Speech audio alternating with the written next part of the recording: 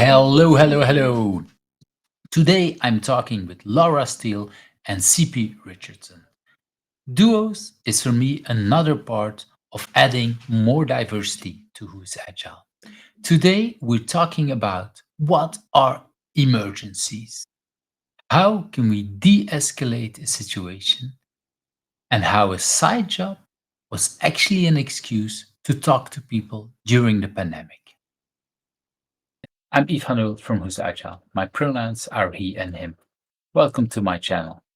You see a lot of agilists around me on this screen. If you want to hear me interviewing, please click that subscribe button because these are the people that I've invited so far.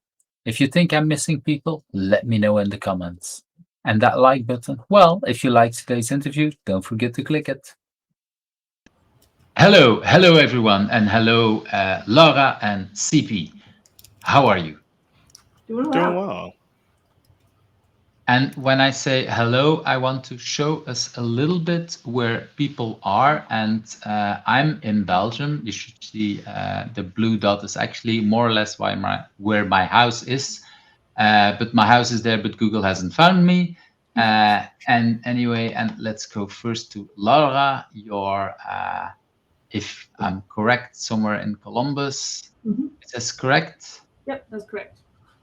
It's of course not an exact, we don't want to help out stalkers and CP. You're actually not really close. I have no idea how many miles that people are apart, but this is a little bit how we are, that we see that we're recording from 3 different locations.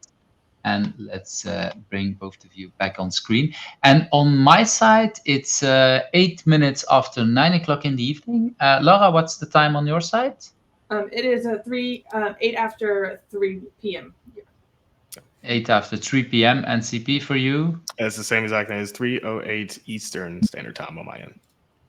So that's a little bit how we do. A lot of differences, time zones for me to both of you, and then a lot of miles for both of you, but still the same time zone. That's how wonderful the world works these days. And I've been talking yesterday with someone where there was a time zone difference that was 3/4 of an hour at some point. It's like, what? Oh wow! Very hard. So that's very confusing if you have to work with these people, that you actually have to recalculate and reset our brains a little bit. So we jumped right into this. But before we start with the questions, maybe let's introduce yourself. Or if you're up to it, maybe you can introduce each other, if that would be a nice. Ooh. Okay. Okay. So introducing Laura Steele, who is a UX UI designer at ArcXP. She has been at Arc 2 years. Yeah, look, I got that right. Yeah, she's been at Arc for 2 years. I don't know what products you work on. That is something that I need to get better at. However, one of the really cool things about Laura is that she used to, or still does, own a artisanal charcuterie and cheese/wine company, or used to, or something like that. But it's like a really, really cool fact because it's a nice habit and a cool thing that she does outside of work that keeps her busy. Wow. Yeah, How did I do, Laura? I'm pretty sure I probably messed that up because there's probably way more details I probably should put there. No, you hit the bar high. You got all those notes. CP is agile extraordinaire at ArcXP as well. He helped the team build a lot of incredible agile frameworks, such as using AHA and then moving into Jira and using all of those tools to build some really great processes and workflows that help the teams work really well through all of those on top. And that's just his day job. And other things, I feel like every other week, CP is networking, speaking at something else, talking the praises of ArcXP and the work we're doing there, and just singing the praises of Agile in general, and just really helps push Agile forward wherever he goes. Cool. Awesome. You forgot one important fact. I live at the beach. Oh, I was like to brag to everybody that will listen that he lives on the Outer Banks in the U.S. Wow. And that originally immediately brings in, yeah, some. I really like the fact that both of you part. Well, of course, you talk partly about the work, but also a little bit more outside of it, or some things that I don't know. The company that you have, Laura, maybe it started out as half of a hobby, but I think it's now a serious company, even if it's different than what you do on a day-to-day basis.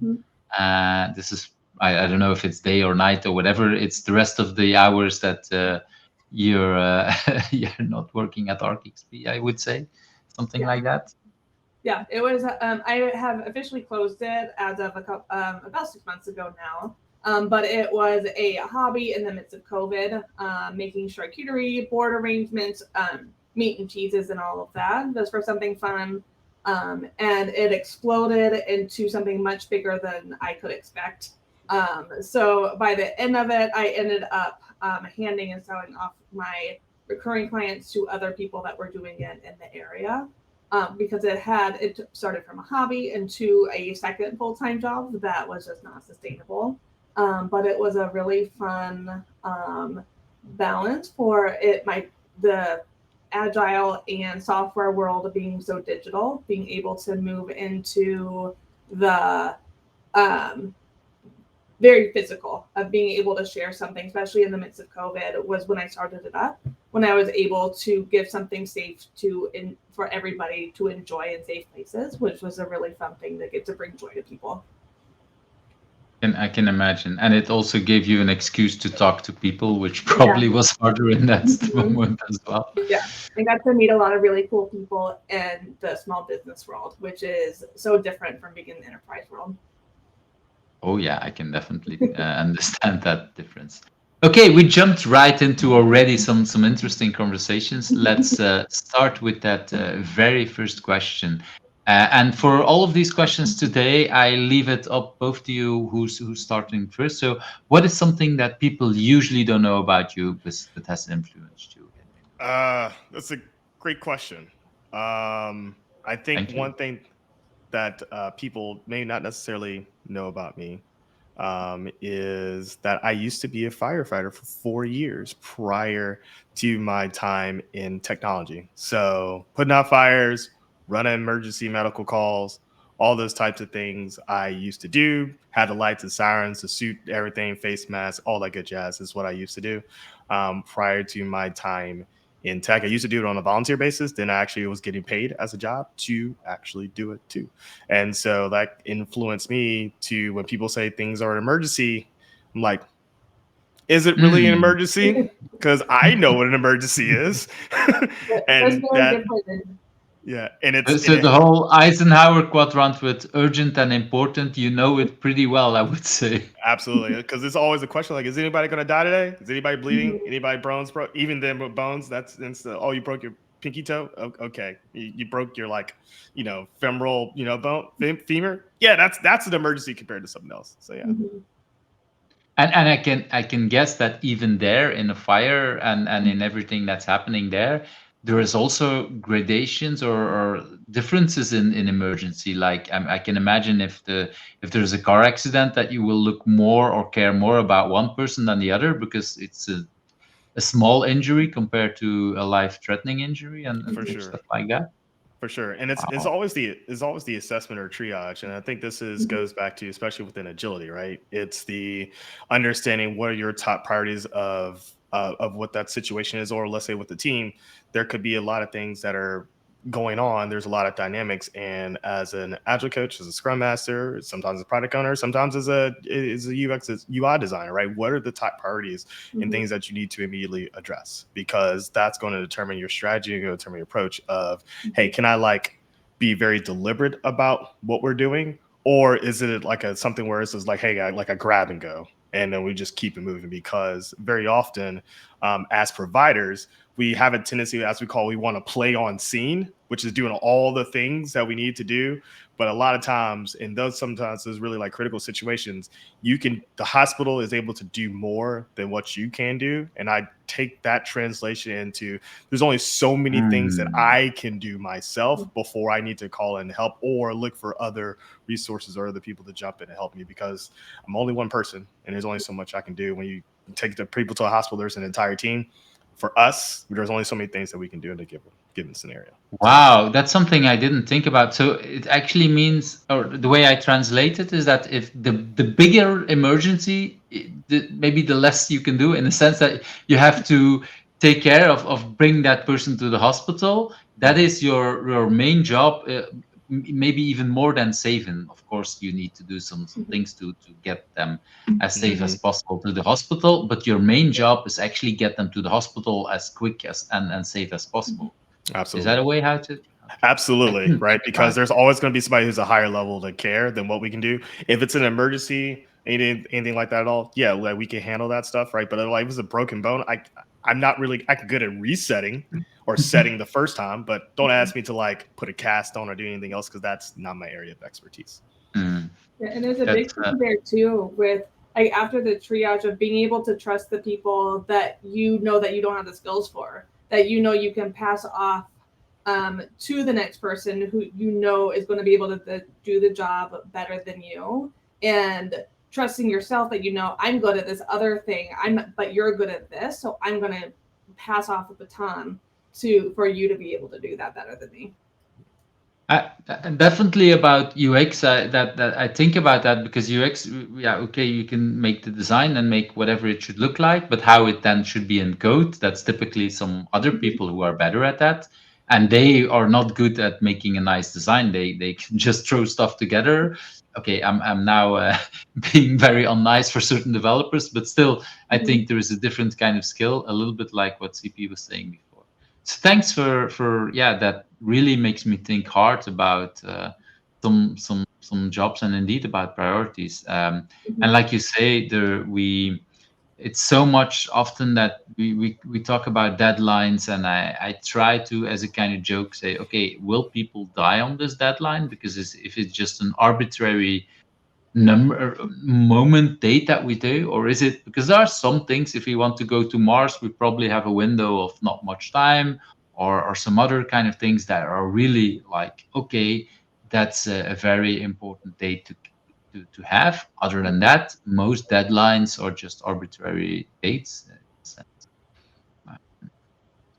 Okay, Laura, what is your answer to this question? I think CP messed mine up a little bit, because something that really has helped me grow into who I am as a designer and a professional is my charcuterie business. But CP already spilled the beans, so it's not something that people don't know about me.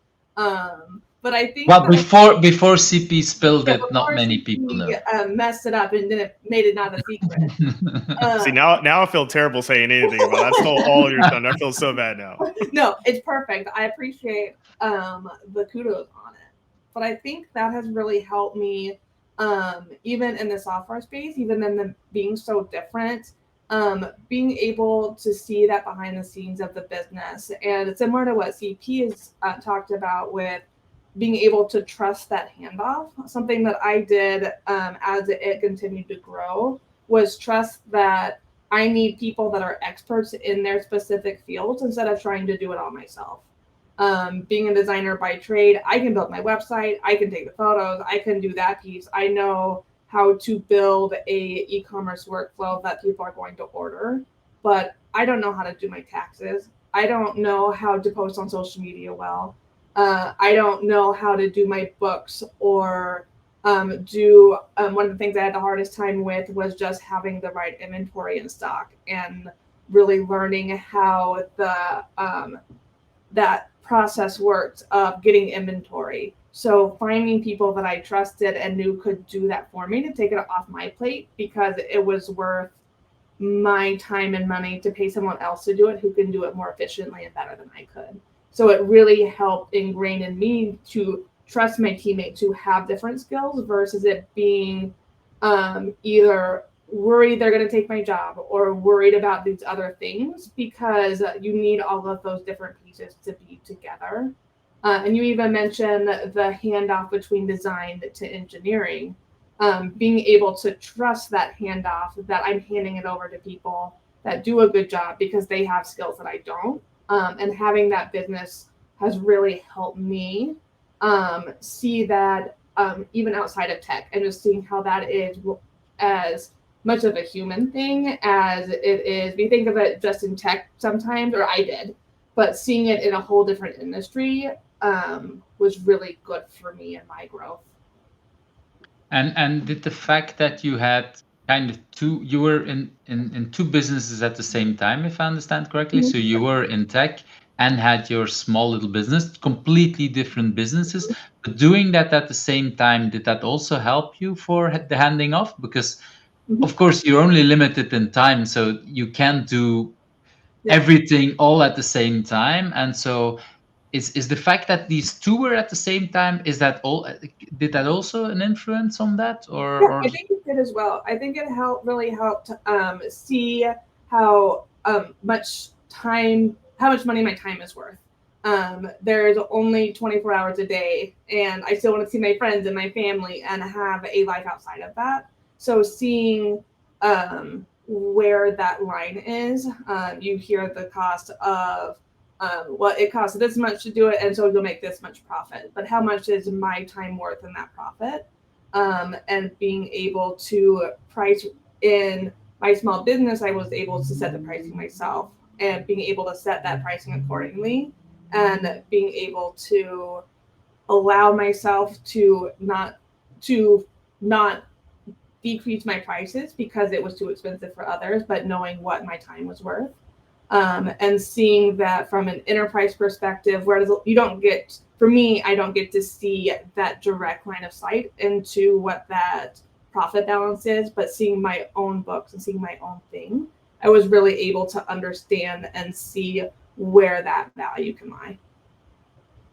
Yeah, I can definitely understand that these interactions, and that's so I'm really happy with these answers, because there's like completely different kind of stories, and still at the same time we talk about similarities about handing off work and things. So it's interesting how we learn from different experiences similar kind of stuff, for multiple kind of reasons. And of course the way we tell these stories influence each other also a little bit on what we focus on, but that's why for me it's interesting to have two people here on the show and bring some things there, and see that, because that's for me is also another kind of diversity in just inviting one person, now inviting two people that that have completely different stories. So that helps. So let's move to that next question. If you had not been doing what you've been doing now, what could have become of you? Did any one of you was there, I don't know, something that you were destined to become when you were young? You want to go first? Yeah. I think that every kid always wanted to be a vet. At least I did. Me and all of my sisters, we all wanted to become vets because we loved animals. And then you learn how much actually goes into that. And I can't, the idea of seeing animals die just is not something that I would be able to do.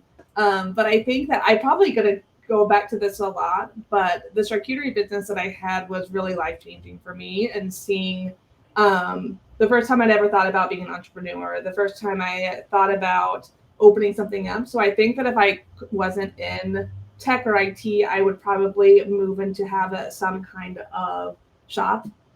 Love the idea of being able to work with small businesses, being able to, there's a lot in Columbus, and I recently moved from Seattle, where small business will work with animal rescues or social justice programs and that type of thing. So I would love to have a small cheese shop that also gives a percentage to different charities, maybe have a bookstore in it. So just something that gives back to the immediate community is something that I would probably be in if I wasn't in the tech world. Wow, that's so cool. And it's interesting how you were, like you say, that something that you think you could be destined to become, and that you actually did it because of, let's call it the bad thing of COVID, because that none of us were looking forward to that and loved it. But I find it very interesting how, if we now look back and it's still not over, there's still actually the numbers are going up again in Belgium. I don't know, it's Yeah. your side of the world, but no, numbers are going up again. But we have some kind of solution. My parents actually got revaccinated today again, and it's a bad thing, but still it had some positive influences for a lot of people that re-evaluated their life, looked back and, hey, wait a minute, I'm now locked in my home. What could I do? How could I do different? Could you tell a little bit, Laura, how that started for you, that whole Mhm. experience? Yeah, I think something that for me it really started with making the arrangements with something I did for friends and family before the pandemic, and then in the pandemic there was so many people, or myself included, that just didn't feel that those small joys were just not something that were able to happen. Not being able to be around friends and family, so I wanted to be able to bring that small piece to it, and being able to have the give those small joys back in a really small way, and found that there was that niche in the market that I was able to both help myself find something that I could grow in, even being stuck at home, of learning how business works and learning how the stock flow works and the shipping and all of that, and learning this really specific piece of business that I've never had to think about being in a digital world. So it was something that started with, I want to have fun with my friends, posted on social media, and connections that I had in my personal life were so excited about it. It within, I think, 6 months, I had was making like $5,000 a month. So it was able to hit the Oh. market at the right time, and being able to trust yourself, that I was able to just dive in a very low stakes, that was slowly able to build into something bigger. And the fact that you were actually, yeah, like you say, you already have your other job and okay, you're stuck at home, so Mhm. you can take the time to grow it. Because of Exactly. course, if you would say at some point, like many people, how they start a job is a shop is like, okay, big fanfare, big doing lots of stuff, and then you need money right from day one, and you don't always take the time to do it well because you need to do all these things, Mhm. and now you made it grow. Oh, and then seems like we're losing people. Yeah, it happens. And she's joining again. Let's now you're moved in a different connection. But okay, Laura, did you wanted to add something at that story at the end? But I think that just the big thing for me was being able to, I think before the connection issue, it was, I was able to start it slowly. I was able to, the money that I got in, I was able to continue to grow the business in. And it was a really good way to build something that I didn't have that really high stakes of putting a lot of money into it. Mm. So that's indeed another part because you didn't really, in a sense, you didn't really need the money, so you could reinvest everything you Exactly. got from it back into that, and that of course usually helps a lot if you Mm-hmm. can for growing a business. And most of the time when we grow it, when we start a shop, that's not how we can do it because Mm-hmm. we need the money one way or another. Yep. So thanks for sharing this. Mm-hmm. Yeah. CP, what is your story? What is I something? hmm. You know, as much as I would love to say, oh, I would totally be a firefighter if it wasn't tech. I did it. It was it was cool. So I liked it for a you need while. to find another story. I did I know, right? Like, but looking back on it, and it is not as inspiring as Laura's story is, whether it's a vet or a small business owner. I think personally, for me, if it wasn't tech or if it wasn't IT, I think for me, cheesy as it sounds, it would probably been like a referee of some kind of a professional sport, Mhm. especially like American football, Mm. for example. That is something in addition to work, firefighting, and everything else I got involved in. One of those things I did also was a referee, And that was like the moments, especially being on the field, running with some of the top tier athletes, former professional athletes, and just to see how well they perform. But then also, and it kind of comes back to the whole team mentality of how I like approach things, is that when you're part of a referee team, it's you all rely on each other, because it's not just like one opposing team that's against you in some cases. It's both teams, the coaches, the benches, the fans, the announcers, everybody's against you. And a lot of times it's that you all have to rely on each other and trust each other to make good calls, the right calls. And it's okay to say, hey, you know what, I missed this or I messed this up. But it's that transparency and that ability to just share like what's happening, what's going on. And of course, have your side conversations during breaks and plays is just really awesome, because that's when you kind of get to learn about a lot of people and just to understand how they tick, interacting with the players, and honestly, a lot of times learning how to de-escalate, because especially in football, it's a lot of high emotions, and it is just your ability to just de-escalate scenarios and situations is really powerful, because I think a lot of people give referees slack, and that's just something that we accept if we let that roll off our backs. But our ability to just kind of like just trust the person across the field, and so when they make a call, hey, that's what you saw, got it, we're good, right? And not have to necessarily question. And of course, when there's a conversation that's needed, let's talk and let's chat and let's confirm, let's get all on the same page. But the important aspects of being a team and making sure that we were all on the same page and we're a united front is paramount. And it just reminds me of like a lot of what I did in the fire service and my current job now. Without the team, I'm a nobody, because it's about the team effort versus the overall individual performance. You bring up something also important indeed, I think, about firefighting. You have to, if you don't trust your teammates, your life depends on it. So you have to 100% trust. And of course, if that also probably means you need to confront people after the fact, like, look, what you did there, that actually was dangerous, and not walk away from difficult conversation, because next time your life might be on the line, or the life of some of your teammates might be on the line. So you need to, and I really like that, because it shows a nice thing about how in a team you need to trust, and at the same time to trust you need to challenge people and say, look, maybe not in the moment. During a match in football, you don't need to you need to actually, like in that moment where you're going to the next play, like, no, that's pocket that. Let's say that for another. Let's say that for halftime. But then you have that conversation, and I think to your point. and Go ahead. yeah, and I think in agile that's the same thing. It's like during a sprint or whatever, let's not change the process while we're doing something. Afterwards, we have a retrospective, we have a moment that we really think about changing the process, but not while we're playing, not while we're doing it. It's like, no, let's trust whoever are there, and we may, okay, if we see somebody typing, making a typo or whatever, doing something, we will tell. But it's not about changing the process. It's about, okay, in that action, I see something that maybe you missed, that we can say. But that's really powerful. I think that's wonderful. And so, how did you start? How long did you do that? That was.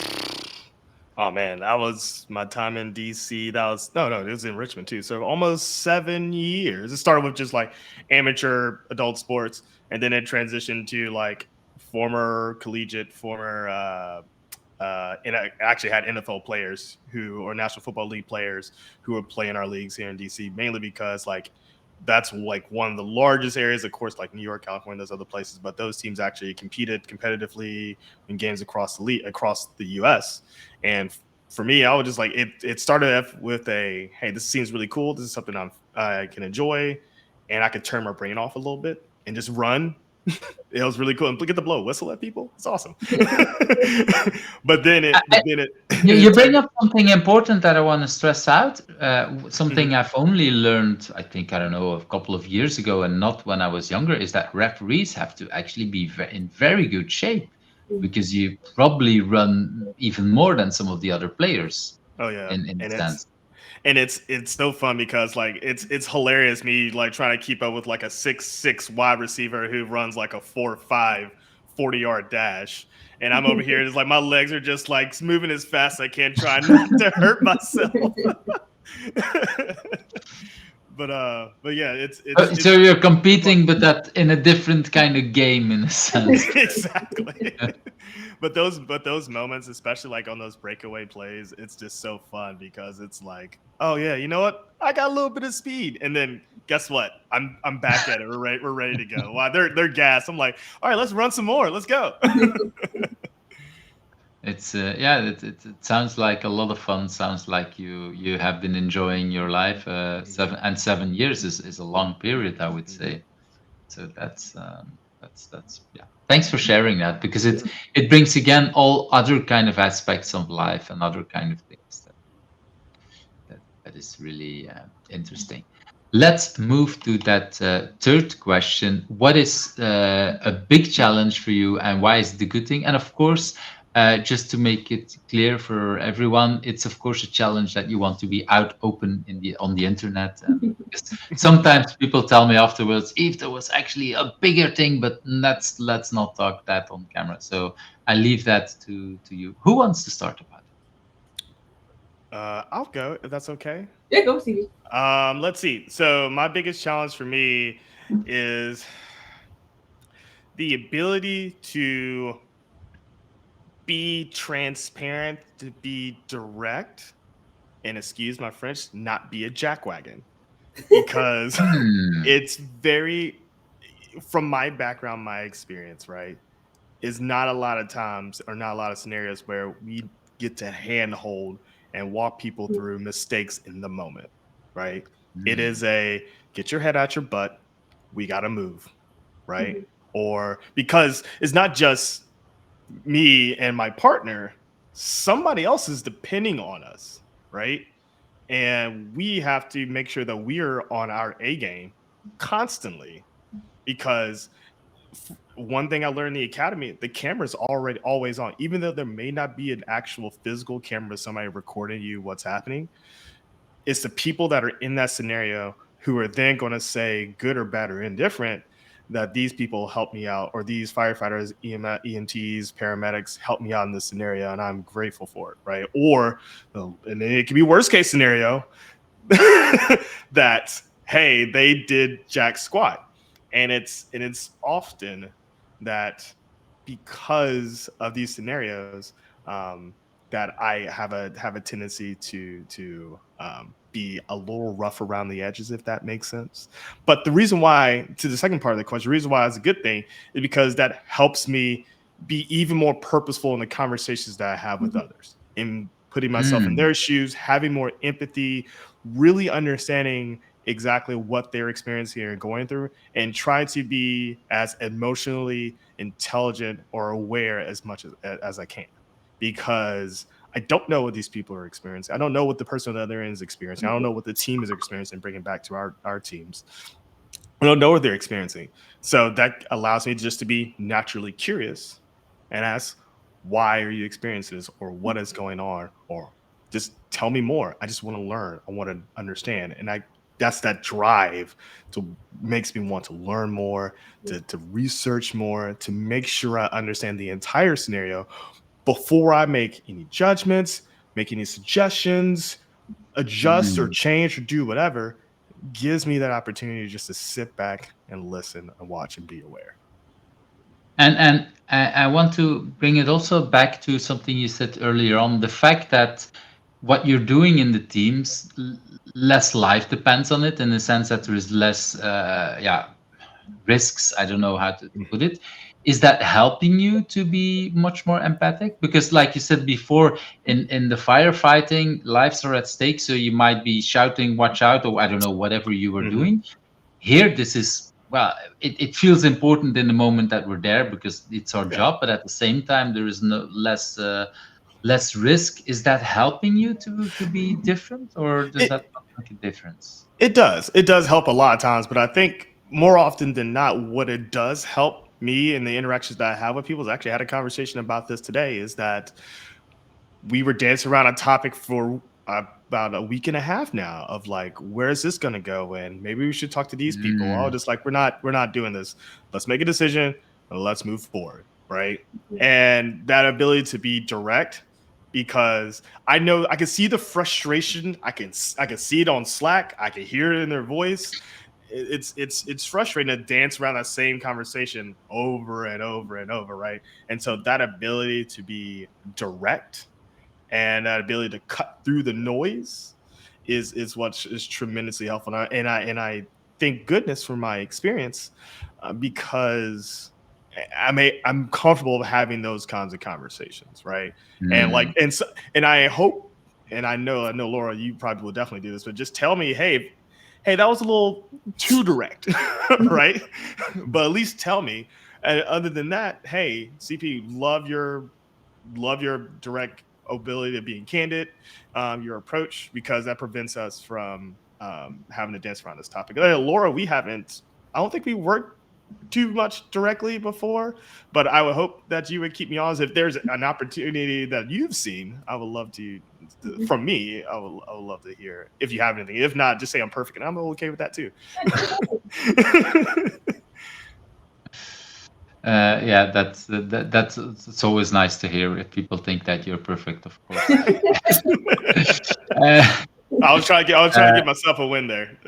Yeah, it's not always easy to hear it at the moment that it's actually that people get our praise, but that's a different kind of conversation. But thanks for sharing that and sharing these other parts, because I think a lot of that what we're doing as a coach is indeed trying to find that balance, to be direct, to say the things that need to be said, but at the same time have enough empathy that the people can hear us talking. Because if we're too direct and people feel, I'm just thinking about the conversation I had in the current company I am, where I think the way I handled it looked okay at the time, and I realized that, hey, wait a minute, with that person, it's harder to connect these days, probably because of that conversation. So that was probably too soon to have that conversation, like you say, on Slack, so completely remote. So it's a little bit harder at that time. So it's finding that right balance, and depending on for some people it might come across very hard, and then it's damage is done, and it takes a lot longer to repair it, I would say. Yeah. And like, kind of add to that, like, I didn't even learn that lesson until I like to say, like, recently. And even though I'm still learning this lesson today, right, is that depending on how those conversations with certain people go, you burn a bridge or you burn a potential relationship. And then you're like, when you need a favor or you need to, call in something, that person's not there, and it makes that interaction, that task you're trying to complete, just a little bit more difficult. And I had to learn that, again, like I mentioned, I had to learn that myself. But unfortunately, I learned the hard way. Like, a little quick side note, I got kicked off my first development team as a Scrum Master. I got booted from the Slack channel and everything. It was like, don't come to any of my other meetings. And I was just like, oh. And I was like, oh, no, I'm in the right. But then doing a little bit of self-reflection, I was like, no, how I went about this or how I approached this was the wrong way of going about it, because I thought I was right and everybody else was wrong. And a lot of times, again, it wasn't until I learned this that there's no right or wrong way to do agility. There's a framework for Scrum, yes, and there's a right and a wrong way to do Scrum. I want to clarify that, because there's the guide and there's everything else. However, when it comes to agility, it's really about the value and stuff that's being delivered, And even if it's the wrong way, it might not be the right way for these people at this moment. And maybe a month earlier or a month later, it might be the right moment. I remember bringing on a friend at some point to a project, and he was like, "Yeah, but you should do this and that's." Like, yeah, but we've done already that, or we're past that. I understand why you say that, because typically with a new starting team, you would do this. But we're 3 years ahead, and we're no longer doing it, and we have different kind of ways of dealing with it. And understanding where a person, a team, and a company is so important to, when we bring messages, I would say. And then of course there is the whole part about, indeed, it's not important about being it's not about being right, it's about being heard at the least. If even if you're right and nobody listens to you, you can shout in the desert for all I care, but it won't help you. Or at the sea, then at the beach, I would say, in your case. Might help. Laura, what is your story? What is your challenge? Well, I think mine is kind of a mix of personal and professional. So for me, I have a severe hearing loss. So I have acute hearing loss in both ears. So I wear hearing aids in both ears. And it's not something that I found out about until I was in my mid 20s. And I'm in my early 30s now. So I've only had them for 3 or 4 years. So I spent my whole life I didn't even know until college that I even had a slight hearing loss. So I spent a whole lot of my life not realizing that I was missing things, that people around me thought I was rude because I was ignoring them, and a lot of just not realizing that I was just not realizing I was missing anything until later in life, or not later in life, I'm only 30, but being able to go back and just see how that has changed. But in a way, it has been something that is really good because I have been able to be an advocate for hearing health, for disabilities when it comes to hearing. That is very unique, especially for being so young. When you're in your late 20s and hear like you're 70, it is a conversation to have, but it's something for me that is just a part of me. So sometimes when I tell people that don't want to talk about it because, oh, that's an awkward thing to talk about, but for me, I think it's cool because American Sign Language, I don't know it personally, but it's a beautiful language, and being able to understand that community a little bit, even not being fully deaf, but being able to appreciate even more that isolating fact of it, being able to push for small things. One thing at ArcXP is when I started in 2020, closed captioning in Zoom had just started to become a thing that you could easily have accessible within the program. But everybody had to individually turn it on for it to be available in their meetings. I was able to request to the larger team, hey, could everybody just take 2 seconds and go and turn this on into your Zoom settings? That was seen by leadership who talked to IT to have it automatically turned on for everybody. So people that may have a hearing loss that don't either know or they just know they like closed captioning are able to get that turned on and not have to do the awkward conversation of, hey, I can't understand you. Especially being in a global company, accents can be difficult. Being able to understand what people are saying, but having that technology that gets even better, honestly, by the day, being able to see that growth and being able to be an advocate where I can, whether it's when my friends go to concerts, yelling at them if they don't wear earplugs, or if being able to post on social media when I do go and get my hearing aids tuned up. So just that continued normalization of invisible disabilities has been turning something into something that could be that isn't the best, but being able to be the advocate for people that have it even worse than mine is.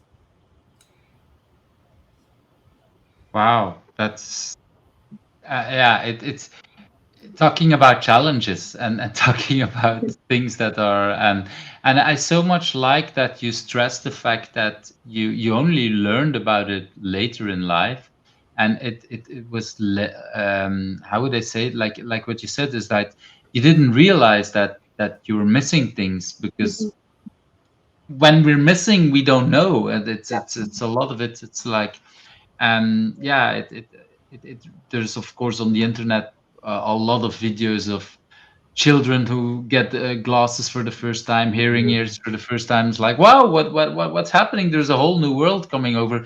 But here you are in your 20s already, living a kind of normal life, thinking you're, you don't miss anything. You think this is how everybody listens and hears things, and then you realize, oh, wait a minute, that's Yeah. Um, You see I videos- go ahead. I was just gonna say, you see videos occasionally of babies getting hearing aids for the first time. They hear their mom talk for the first time and they start to cry. I got hearing aids for the first time, and my audiologist started to talk, and her voice changed. Like, it was so much, everything was so much brighter, and so I cried because my audiologist talked to me. So it is still that joy that that you're able to feel when you find that thing you didn't know you were missing. Yeah, and that especially the fact that you're so that at the later in age you realize it. And I wanted to say, if you're later in life, if at I don't know, 70s, 80s, 90s, you have some ear loss, you know what you're losing. But here you are, and you just don't realize it. And I think that's what it is for colorblind people and all these other kind of things. Is this is the way the world is. You don't know it any different. It also shows how much technology is helping us in a way that we really, it gives you a life that 100 or 200 years ago would not have been possible. We would also not have been able to have this conversation. That's a whole different thing. I think, well, just yesterday someone said also in a meeting, like, thank God we had COVID in 2020, when we had all these things that we were able to conversate and to do all this stuff from home, because 100 or 200 years ago that would have been a lot harder. And I think for you it's something similar, that you have these kind of things. And so could you say something about how did you discover it in the end that something was wrong? So it's actually a very funny story. And so when I was in college, I had a good friend who was going to school to be a speech pathologist. So she, as one of her assignments, needed to learn how to use the machine for testing hearing. So she just had this little thing that she carried around in her bag and had to test like 10 people. At the end of a class we had together, she was getting ready to go to that class and realized that she had one more or she was going to get a bad grade. I said, hey, can I test your hearing real fast? And you can sign the paper to say that you did it. So she put the things in my ears and started to test. And she pushed the button, and I was like, is it broken? And she just looked at me like, it's not broken. And she kept trying different things, and I couldn't hear like any of the beeps, any of the things that she was trying to. And she turned it up so loud that she could hear it going into my ears, sitting next to me, because she just assumed that it was too quiet. And as she turned it up, she could hear it and knew that I couldn't hear. And I remember the face she made when she said, I think you should come talk to my advisor. So a couple of days later, they had a actual audiology. Like, if you've ever been in one, it's just like a not very big. It's like a 5x5 little soundproof room that they put stuff in your ears on campus. So I went in there and they tested my hearing, and I could see their faces when they were pushing the button and I didn't respond. Your hearing's really bad, and gave me a referral to go see an actual like, they were actual audiologists, but someone not in the university system. And I was in late college, so I was about to graduate. So I did. So I was like 2021. So then I got them tested, went to the audiologist, but I was 2021. I couldn't afford hearing aids. So it wasn't until I was 25, 26 that I was actually able to actually get hearing aids. So that's a whole other piece of it. The affordability of devices that have completely changed my life. And I'm fortunate that I can even get them because insurance, at least in the US, that's a whole other conversation. Oh, yes, it is. That was about, I'm not going to say it's cheap and it's easy in Belgium, but yeah, we do have what you would call universal healthcare, where there still is limits at some points for some people.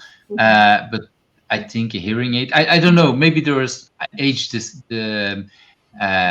differences that it's easier to get, because I know for some help you need to have certain age or whatever, which is sometimes very restrictive. But still, it's a lot easier for people to be helped and to yeah. I just went to the doctor yesterday for a regular checkup. Not yesterday, last week. It was €4.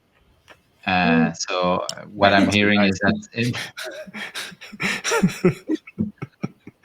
so that's so that's a whole different kind of It's a whole conversation. different conversation. Yeah. Us poor people in the U.S. Yeah, that's all. It's indeed, but it's nice also to bring it up to show how differences these are and differences, because like then you're there 21 realizing, hey, I have a problem, and then I have actually another problem. I live in a country where it's actually very expensive to do that, and now so if I understand correctly, you were living for 2-3 years knowing you had a problem, knowing you had to save a lot of money to help you, and yeah, that's and at the same time kind of behaving normal because you have been living for 20 years like that before.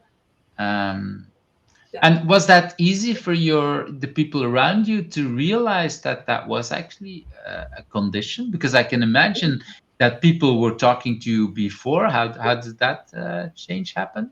Yeah, I think that I have been very lucky in my life that I have just incredible people that when I knew that the loss was bad, I was able to make adjustments to I one of the first things I would tell people when I met them, hey, my hearing is bad. I probably won't be able to hear you. Or I was always if there was like a group, I was always the center of the table. I'm very fortunate working in tech that even when I was not when I worked in an office, it was generally quiet.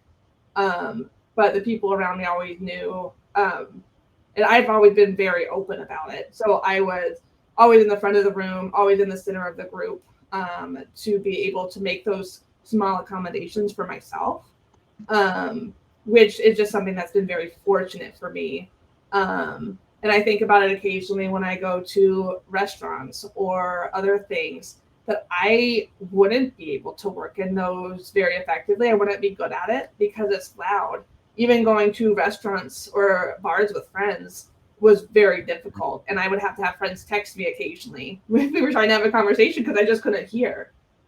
So I think that the being able to continue to advocate it's not something that you should, if you know about it, don't hide it, because then people can't help you. Wow, it adds again another layer to that conversation and a layer to that problem. But what I hear is that you were saying that to new people that you're meeting. How was that for your friends, for example, like your friend that discovered that together with you? The people in your class, did they treat you different at the moment you talked? How was that? No, no one treated me any. For most of it, it was, oh, that makes sense. That's why you talk so loud. That's why you don't turn around when I try. That's why, like, when we're walking across campus and I see you and I start shouting at you, you don't turn around. It's all of a sudden everything clicked together for your friends. I remember when I got my hearing aids, I went to hang out with some friends, and one of the first things the friend said to me is, "You're talking normally," like just for volume level. Because I talk loud because you stopped shouting. You're not shouting at us anymore. And I'm like, why did no one tell me that I was shouting? But it was so normal that I shout that everybody just assumed, oh, that's just what Laura does. Wow. And did you ever get, I don't know, teachers in class talking about that or complaining about getting loud? I don't know because I couldn't hear. So maybe. I just love that. It's getting weirder and weirder. But yeah, that's I'm asking a lot of these questions because it's about also discovering things that we don't know. And I think all of us, we discover things in IT and in teams. There's always things that we don't know. And this is now very physical. and you're here living for 20 years not knowing it, everybody around you notice somehow that you're kind of weird in some way, but nobody thinks that, hey, there could actually be a physical problem with a 20-year-old girl, that somehow we don't think about that. If you would have been 80-year-old, people would already started shouting to you and would have Yeah. counted that very normal, and I would have understand it. So it's interesting how the context changes for these things, and all of a sudden, when people know, they kind of course, I should have known, and why didn't I pick up the signs and everything? Yeah, and I know that it's something that my parents have felt guilt about. Why didn't we know? Why didn't we help you sooner? But no one talks about ear health. Like eye health and glasses are normalized. Like when I was in elementary school, like you might get people calling you four eyes, but by the time I was in high school, because I wear contacts now, but I wear glasses. But I never had anybody tease me about wearing glasses because I think like 60% of people wear glasses now. But ear health doesn't have that same kind of normalcy because it does have the cost factor to it, but just it's not something that people think about. But I have now an 18-year-old son, but I think he was 3 or 4 or something, very young when he started to wear glasses. And I do remember he was getting tested in school, and so he sat on my lap and he had to say something what he saw on the screen. And the first with the first eye, no problem. The second eye, nothing. It was literally nothing. And we were like, what's happened? Okay, it's been a long day. It's probably okay. So let him do some other stuff, and okay, let him come back. And then they started with the bad eye and nothing again, then the other eye, and it worked well. It was like, whoa. And the exact thing that you were saying, Laura, me and my partner were like, why didn't we notice? Indeed, he's sitting very close to the television. He's doing this and that. It's like, wow, all of a sudden a lot of these things clicked, but we didn't realize, because who would think that a 3 or 4-year-old would need glasses? He was still able to see, he was still able to do lots of stuff, but we completely didn't realize that. And yeah, it was, and like you say, things click at some point, but the moment that happened, I really felt bad that day. We couldn't believe it. Something was bad. Maybe he has a bad day. So then indeed the story, like with you, we have to go to an official doctor to get it tested and whatever. And very quickly it becomes clear, okay, it is a real problem. And like you say, with eyes, we are much better at diagnostic, at looking at it. Schools, they test every child, and so there's a lot of that. And still there we are as parents, like, okay, what's happening? We didn't see that one coming. And so if we have things that we don't test, like what you had, it's a lot harder than, I would say. Yeah, exactly. So thanks for sharing that story and everything around it. It brings, I think it brings very much value about what we know or don't know and what we see. Let's move to that next question. What drives you? And CP, you already talked a little bit about drive, and I think both of you, just these stories, there is a lot of passion, there is a lot of drive. And so the question that for me is a little bit behind drive and passion, do you actually know where that passion, that drive is coming from? I think, at least for me, a lot of that drive comes from my personal experience, and then wishing I had a roadmap or something else as far as like something I could follow for my professional career. And I think a lot of times for me, where the motivation of all the things I do, whether it's with work, whether it's with Agile and Color, whether it's, and I'll talk about Agile and Color later, but like all any of the things I do in firefighting, it's always to help others because I wish somebody was there to help me. Now, there's no like one particular moment that I can like nail down as a kid that kind of helped influence me. It was just more of I've always wanted to be the person in the room that can help others and get them to achieve their greatest, right? Because like their particular wins is a win for me, and I'd rather see somebody else succeed and me be able to be part of that story versus me being the person in the spotlight. If anything is a good comparison for my folks who are musician fans, if you ever heard of Gladys Knight and the Pips, I would gladly be a Pip in the background because I get to help Gladys, shine. She's already a star in that particular scenario, but to be able to be in the background and to be part of that moment is paramount. And I think, and of course, everybody knew the Pips in general, right? Because it wasn't like they were just like anybody. Like it's always Glad Science and the Pips. But for me, it just comes down to helping and motivating others, and it's just something that I've always wanted to do my entire professional and personal life. And that's if to your question, I think that's really what drives me. It's interesting because I think there's a lot of agilists that are musicians, and many of them are indeed more in like the bass or the drum or something like that. It's like we don't, and even if they play guitar, it's not like I want to be that star guitarist. It's more like I want to be in the supporting band, and okay, supporting someone who's a and it's probably have some singers and whatever in the agile community as well, but still a lot of people want to be helping out these others. We want to be the back. Yeah, I really like that you put it that way. Yeah, Is I that would go ahead. Sorry. no No, I so was gonna say, as a funny haha for folks who are in the agile community, I heard that Tricia Brodercick and Kim Brainerd are great lead singers from what I've heard and seen. So if you ever get an opportunity to do karaoke with them, I would strongly recommend doing that.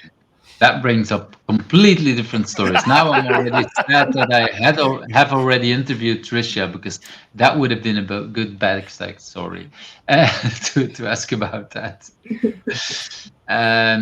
But yeah, I think it's actually been a very long time since I've been to the Agile Alliance conference in the US, but I do remember a lots of karaoke nights. I would say that is almost part of the official program. It's not on the program, but it still is part of whatever we're doing there.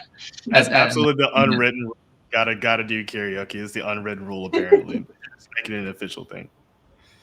So it's so yeah, but like you say, it's interesting that what I'm hearing, and I hear a lot of agilists, is this is much more about helping people, helping other people shine.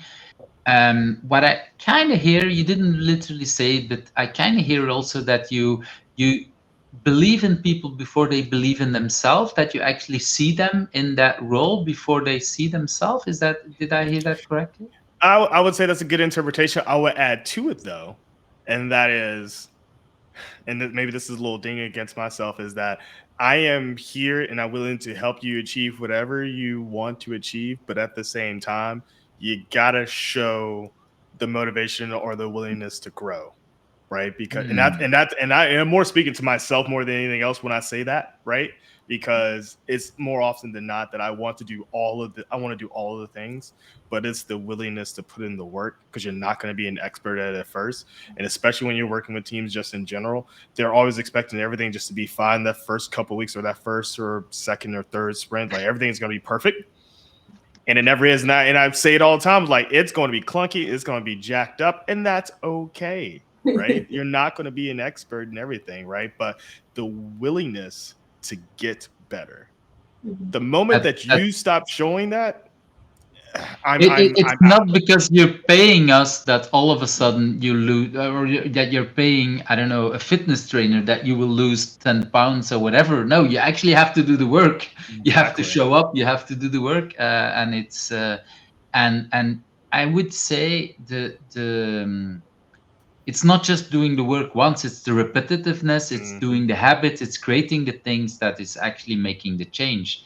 And okay, listening to a story, listening to a training or whatever, or being once in retrospective, it's not that will change it. It's the continuously work over a period of time. I've told the story before, but I had my daughter when she was she came back one of the first or second day of going to school, and she came home almost crying like, I still can't read. And it was like, this is 2 days in school, like this is normal. But she was expecting, she's the youngest of three, she was expecting, now I go to the big school, now I will learn to read and write, so after the first or the second day I should be able to read and write. No, that's not really what we're expecting. No. You still need to do a lot of the work. You will be able to do that, but it's not just something like, You're there, I you're saw them. sitting in a chair, and all of a sudden you do that. No, you have Yeah. to do a lot of the work. If it helps, I'm still having trouble writing and stuff and forgetting words. So there's that also. Well, she's 15, almost 16 now. By the time this starts, she's 16. And she doesn't like me to tell the story. But at the same time, it shows so much about indeed what you're saying. You have to do the work. And I like that you bring it, because we believe in the people, we'll tell them. But there is also a moment that I think we as coaches, and that sometimes is a hard thing, we have to let go people if they're not willing to work. You know what? That's also fine. We can't save the whole world. We can't do everything for you. And I will shift my focus to people that actually want to. And maybe you'll discover it on your own. Maybe you'll come back 6 months from now, whatever.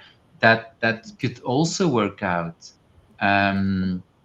Because I would say, how would I say it?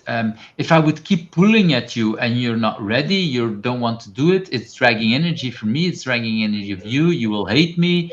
This is not going to work. And it sounds a little bit also like what you were saying about that first team that kicked you off, that you're probably doing too much where they maybe not ready for and whatever, and then it's not helping, even if you're right or not right. It's not Absolutely. Absolutely. so that's brings in a very nice story of what drives you, Gigi. So, Laura, what drives you, or what is brings your passion? Yeah, I think what really drives me is being able to provide for the family that I have and the people around me, being able to um, work to live, being able to be really good and getting the satisfaction of doing something that I'm passionate about, that I think is fun, that helps people in different ways. But I also can go home and be able to enjoy time with my partner and enjoy time with my sisters and my parents and my friends and the people that are around me. That's really, for me, what drives me to work as hard as I can so I can continue to grow in my career, to be able to provide for my family. So it's the being able to get to know my coworkers and do all of that, but at the end of the day, being able to be proud of the work that I've done, to be able to provide for the life that I want to live with people around me.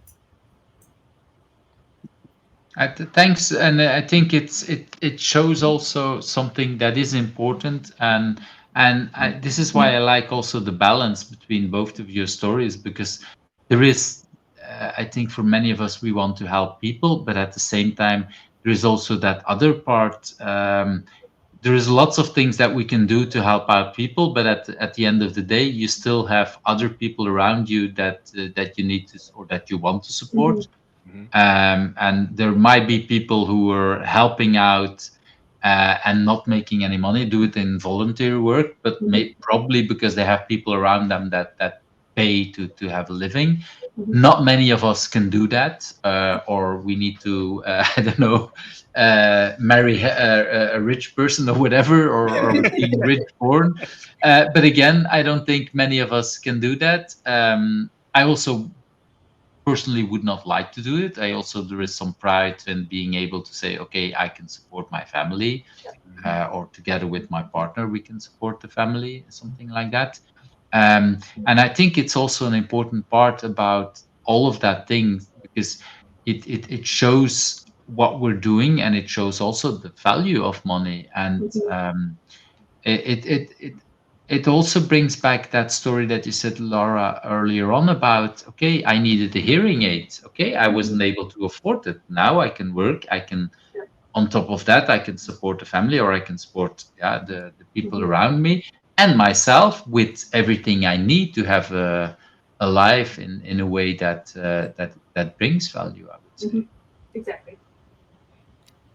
That brings in, some important things. And I think it's, sometimes we live in a world where people think, it's all about the passion. Well, yeah, okay, that's all nice, but at the same time, there is also the reality of needing money one way or another, I would say. And I think that's also as important.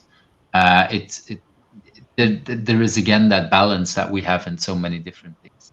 Yeah, I think it goes back from what CP was saying earlier with his background as a firefighter. It helps bring into perspective of what is actually important. What's actually a priority that has to get done right now? Is it that it's life or death, but I need to get this design done by end of day? Or is it more important that my partner really needs something right now because his car broke down on the side of the road? Being able to put those perspectives of what is actually important, and we're very fortunate being in the tech world that we're able to put priorities where they need to be.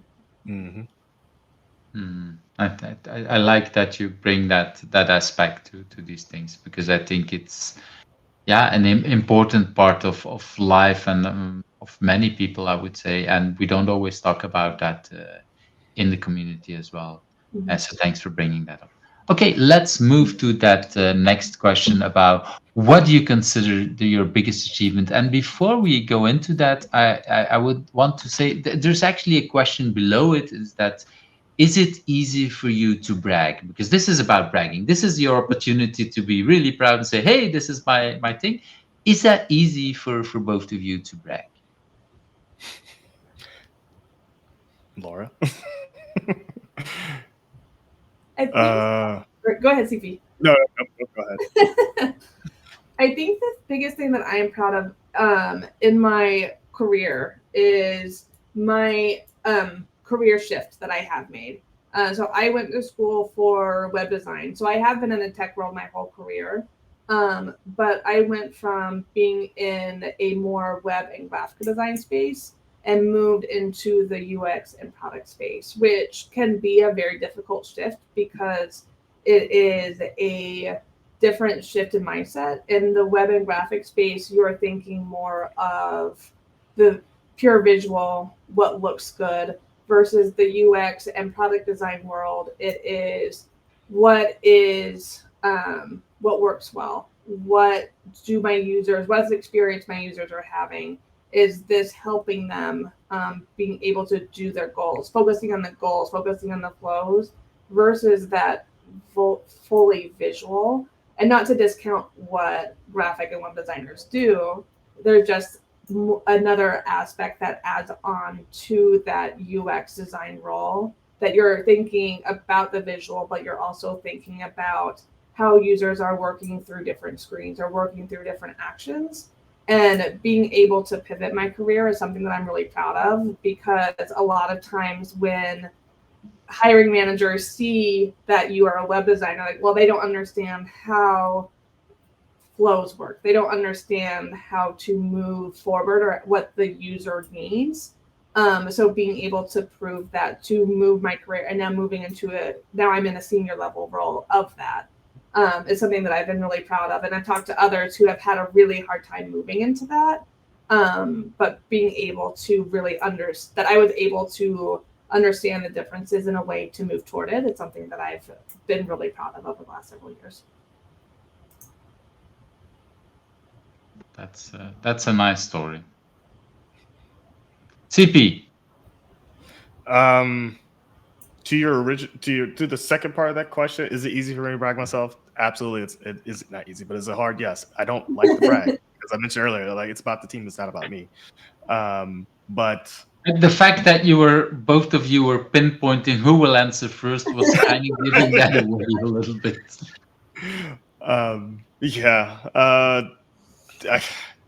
It's funny because, like, I thought about this prior to this conversation, and like, what is my biggest achievement? And I love that you put so far.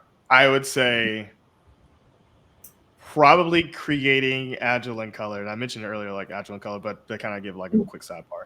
Agile in Color is an organization that's an initiative within the Agile Alliance that focuses on Black and Brown people within the Agile community to provide learning and coaching and leadership opportunities, or thought leadership opportunities, I should clarify, to folks who look like me within the Agile community. Granted, it's an opportunity and initiative that's for everybody, but our primary focus is, of course, folks who look like me or Black and Brown community, or other different underserved populations within the Agile Alliance communities, or not just the Agile Alliance community, but the Agile community overall.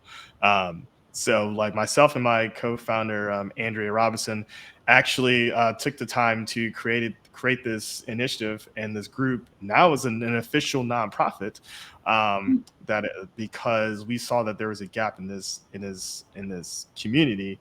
And of course, and one of the big things that always stuck out to us is that myself and April Jefferson were always the people that were getting tapped to do certain types of like speaking opportunities or stuff like that. I was like, there are other people who are massively way cooler and way smarter than me in this community. It can't just be us. And then just through the Agile in Color, I was able to meet so many amazing, awesome, fantastic, just beautiful human beings, right?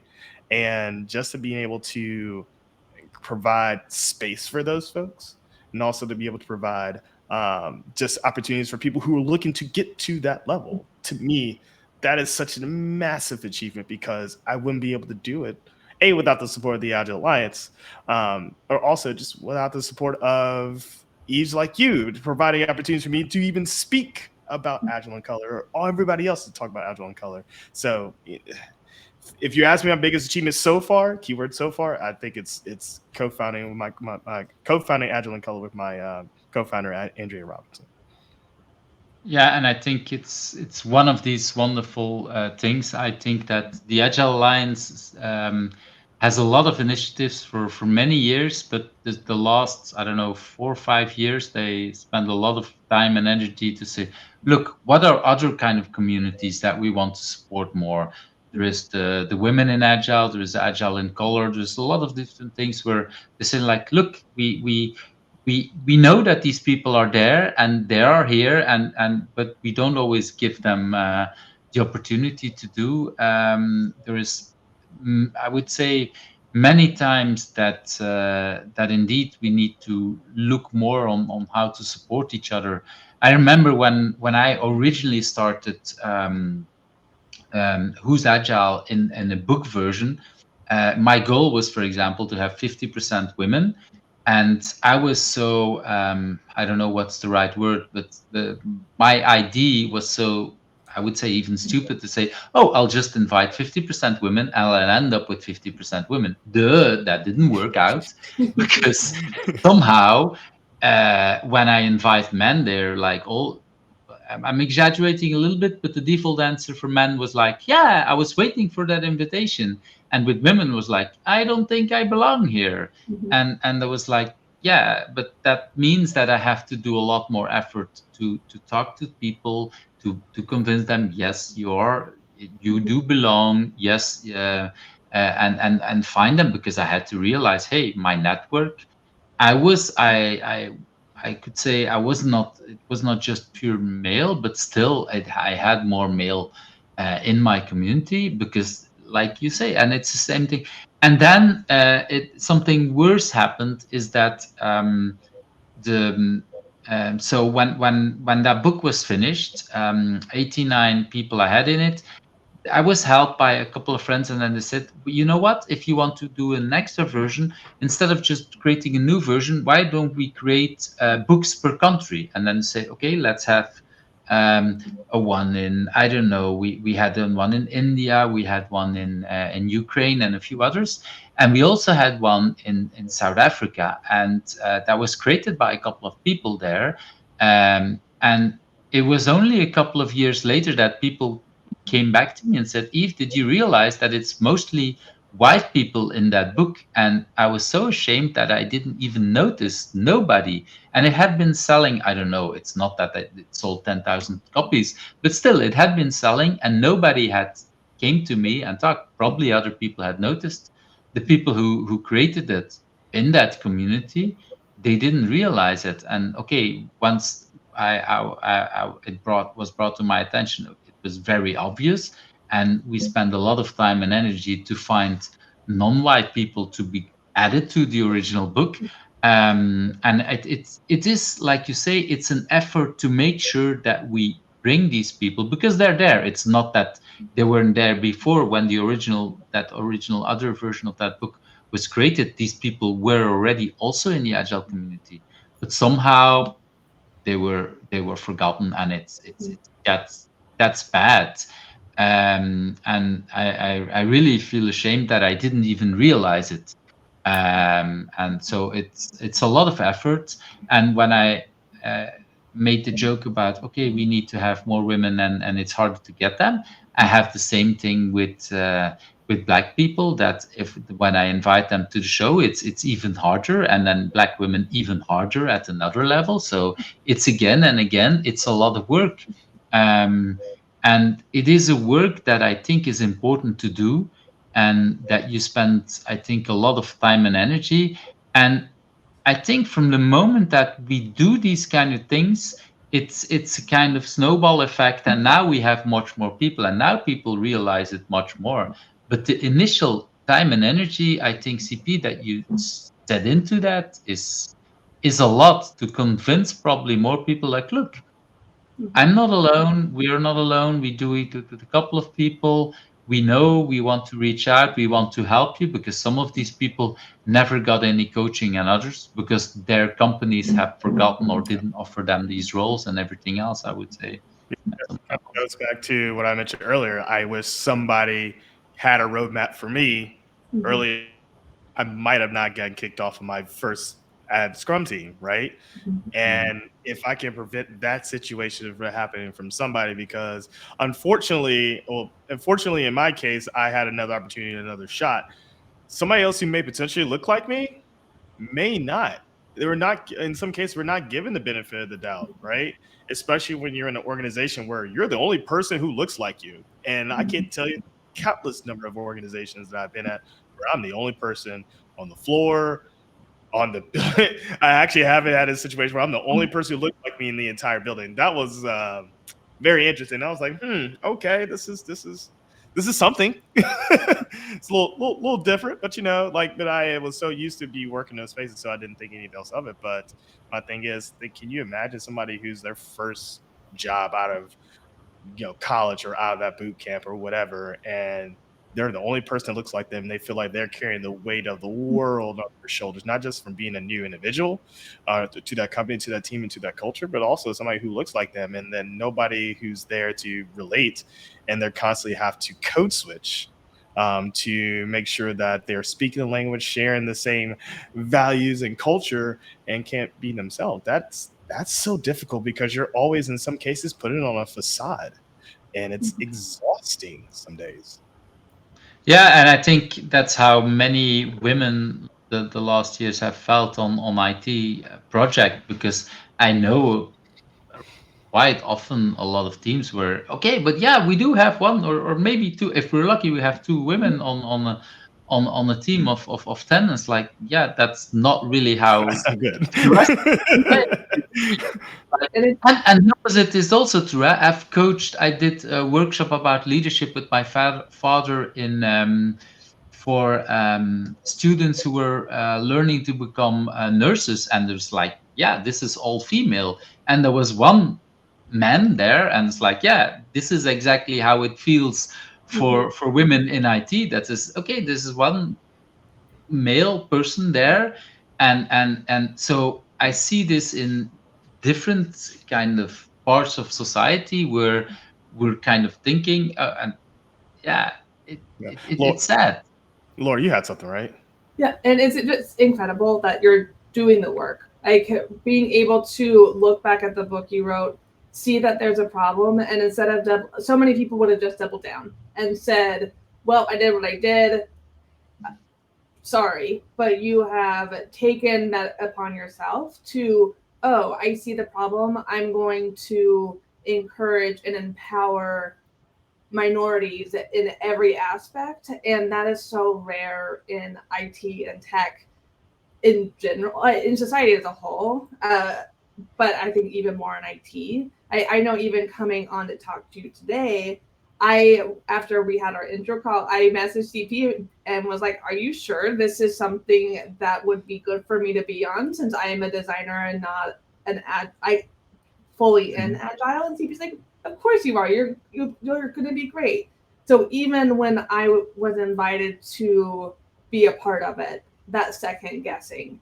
But you making sure that women have the space and that people of color have a space and spending that time is such a important drive and makes such a huge difference of getting that empowerment.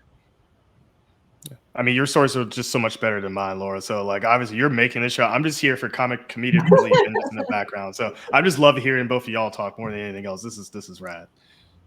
But well, you make fun of it, CP, but at the same time, I think this is the core of many of what I would say the agile community for me was like 10, 20 years ago. That was about making space for people. And yes, we were not always good at these things. We could do better for minorities or whatever, but we were making space for people. And at least how it felt in Belgium was like people were coming from all over the place and all different kind of experiences, and giving that room for people to learn and to do, and then making the space for others to learn from our mistakes. I've learned a lot, and I actually, what you say, Laura, many people have said here, both on and offline, like I wasn't sure, and is it really? Yes, for me, the it's in the book version there was also some people say, yeah, it feels like kind of I don't know, a stamp or that. No, that's not the idea. The idea for me is like it shouldn't be just the big names. It's about people that understand that trademark, that what means agility one way or another. And some people, they're actually in the book version, there's people that moved on and have nothing to do with IT anymore. There's people that been big names and in a the big names is interesting for the numbers and blah blah blah, and of course there's always interesting conversations, but I'm so much more interested also in learning the people who are working on the floor, who are working with the teams, who are in a team, because these are the people that are doing the actual work, and these stories are as amazing. And in a way, many of the stories that the big agile names tell have been told a lot before. Many people already know it. In some cases, I know some of these stories. And like I said, the disadvantage is I might ask some questions because I know part of the stories and I want to lead them to a certain thing. But this conversation with Laura, you bring on things, and it's like, oh, I'm discovering this, I'm discovering that, and that. Yes, it's so wonderful. And we indeed live in a society that doesn't make space for, doesn't make time for these kind of conversations. If I follow the YouTube rules, this should be a 10-minute conversation or 20-minute maximum conversation. And I'm like, no, these people are too interesting to just do it in 5 or 10 minutes. It's that depth that for me is bringing that value. And yeah, of course, we're only halfway. It took already too long, but I can already say this is, yeah, some really wonderful conversations that I always feel amazed that people want to spend the time and share your personal stories. That's yeah, for me, it's making space. And now I'm talking way too long, actually. So let's move to that next one about personal agility tip. Do you have a tip, something that you say, this is something that I do that I want to share with the people?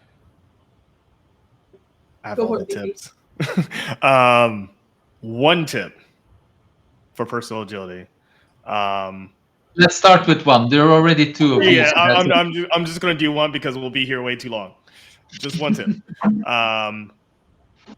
Consistent and valuable deliverables every iteration, or however you want to phrase it, right? Because I think for me, especially with work, shifting roles, and my current job, Laura, you know intimately about it, so I'm like all over the place.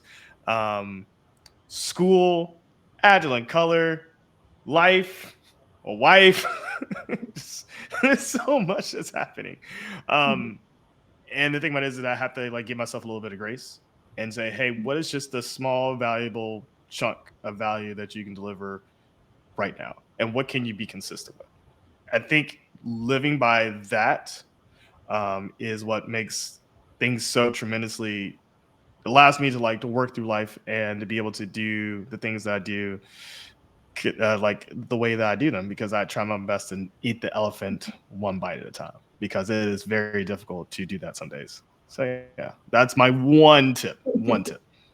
But it's a huge tip, because indeed deliver that it's not about dreaming. It's not. It's okay. What can you deliver in every aspects of your life? I like that part. And the things that you deliver in for agile in color, or the things that you deliver as a coach or whatever, or with your partner, will be different. Even if it's just a hug that you deliver, if you do it deliberately with the intention, look like this is that is also an important part in making it consistently. I like that. I think we can it. It's not easy. It's simple and not It's easy at the hard. same time. It's like Yeah. it's hard to do that, but being deliberate about that, Yeah. that's the thing, I think. And the thing about this is that like my wife is so much better at this than I am, because she is the person who just says, "Hey, you have a lot. I can tell there's a lot that's brewing here. Let's just like Mhm. pause and like let's just get on a sticky note." As y'all can tell, I love some sticky notes. Get on a sticky note and just here are the things that you need to do. Right, here are the deliverables. Right, what can you commit to over the next 2 to 3 days, and just write it down, list it, and just do that. And it's just having somebody to gut check you in the moment is so ridiculously awesome. And and she's the main reason why like I get to do a lot of this cool stuff, because she's like, you're gonna lay out time to do this very specifically. And it just helps, right? Because like, especially when you go through anything that's life altering, as potentially, I don't know, Laura, maybe potentially getting laid off of your job at one time.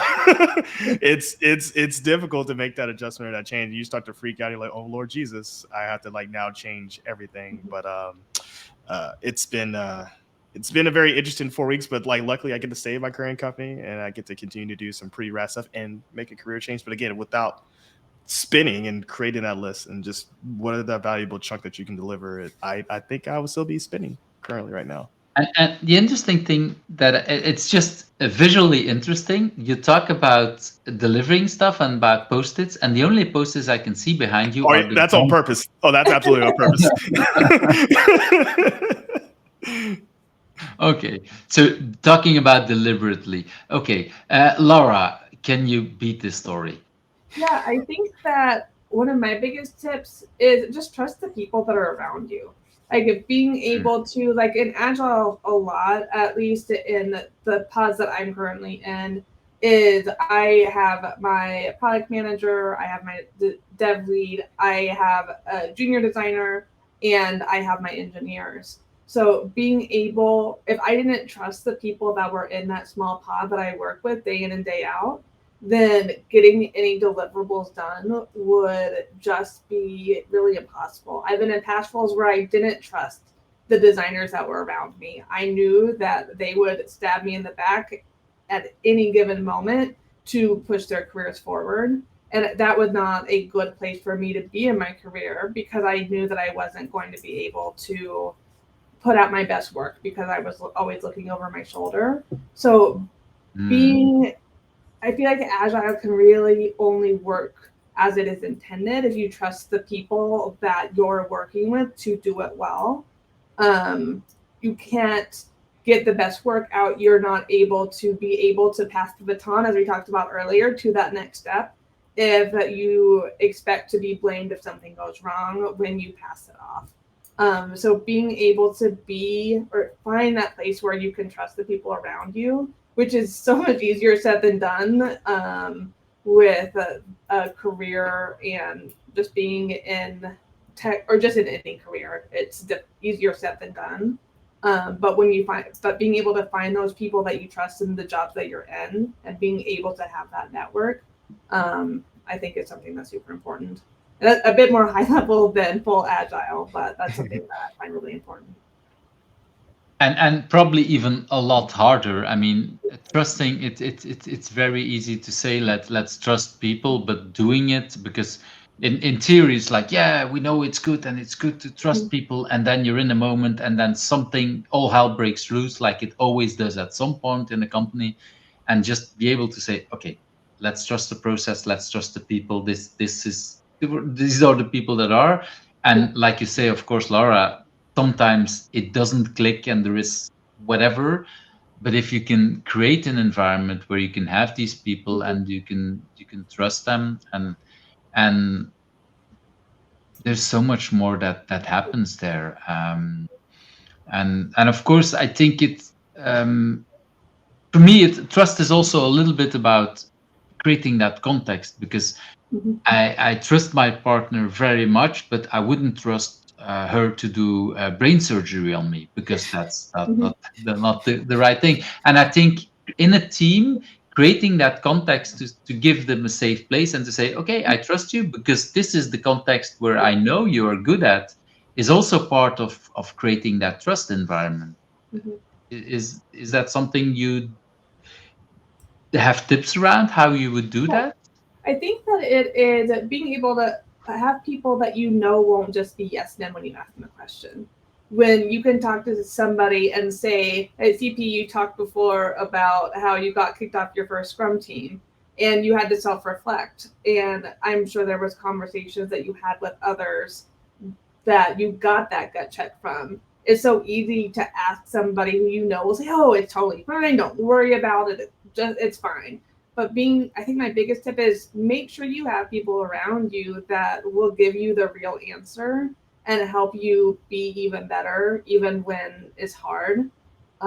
It's really easy to get into your own little echo chamber, but being able to have people that have different perspectives, like conversations like this are great to be able to see people in such different roles in different companies, to be able to see how it is in other places, because it's really easy to get tunnel vision when you're in a specific spot. To be able to see the different perspectives of, you begin to learn, oh, this is actually super toxic and I don't want to be in this anymore, and be able to move forward to something that could be better if the opportunity allows, if you're in a position that can happen. And if you're not, being able to find those relationships that can help you through that hard situation. So just having that network of trust, whether hopefully it's on your end on the teams that you're working on, and if it's not, have people you trust, whether it's old coworkers or it's people in your personal life, so you can still have someone that helps you through those hard times. Like CP, you talked about the hard stuff over the last month. You have your wife that's able to support you that through all of that and push you forward. It might not necessarily be someone at work, but having those connections are just so important. Thanks for adding these context and all these things, because it's the whole aspect about trust is it's so logical, but it's so hard at the same time, and trying to think again, then we come back to the deliberate things that CP talked about, trying to deliberately think about trust. What does it mean? Who are the people? Who do I trust? And how could we do more about that? And I turned that thing on again. So that is really important to do that. I wanted to move to that next question, actually, about remote work. And this also brings, of course, we basically talked a little bit about Corona before, about the whole COVID situation, and that you did other kind of work, Laura. Did both of you or any of you worked remotely before COVID, or? My company before COVID hit was trying out like hybrid work, like 3 days in office, 2 days at home. And then when COVID hit, we went fully remote within like 2 weeks. So we moved really quickly compared to other companies. Or like they said we're just never going back to the office because everybody was home. But I think the biggest thing that I've learned from remote work is being able to take advantage of it, of not having that commute. I've been very fortunate that the 2 companies that I've worked in since I've become remote are very flexible with time, and you don't have to be online at a specific time because everybody's in different time zones, and that really wouldn't be helpful anyway.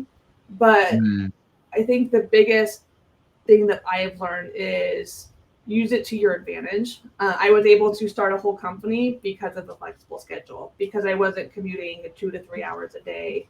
I've been able to have a dog and be able to walk her between meetings. I've been able to make hot lunches that I would never be able to in the office. I actually could have fish during the day that I never would have done in the office to make everybody mad at me. That's important. That is key, man. That is key. That is huge. I can actually have salmon for lunch and no one's mad. So I think that's the biggest thing I've learned is at the beginning, I was glued to my computer 8 to 5 every day, but now being able to have that, allowing myself to have that flexibility and making remote work for my schedule versus it being work first. And I'm very thankful for managers and coworkers that also do that. But that's something that's been a big learning piece for me over the last 3 years. Wow. CP, what do you have? So kind of like a little bit like with Laura, I've never worked in a remote situation. Our remote was, you get Fridays working remotely, so you didn't have to travel and work, but every other day it was, hey, you're in the office staring at other people, talking and chatting. It's paying way too much for lunch every single day. So being at that we almost forgot that yeah. So much money was saved. So much money saved. But see, here's the problem though. I snack all day though, so that's my problem. And so like I need to learn to like not snack, and that part is hard. Because you're at home and you have all the snacks. I have everything. I have everything I want. Yeah.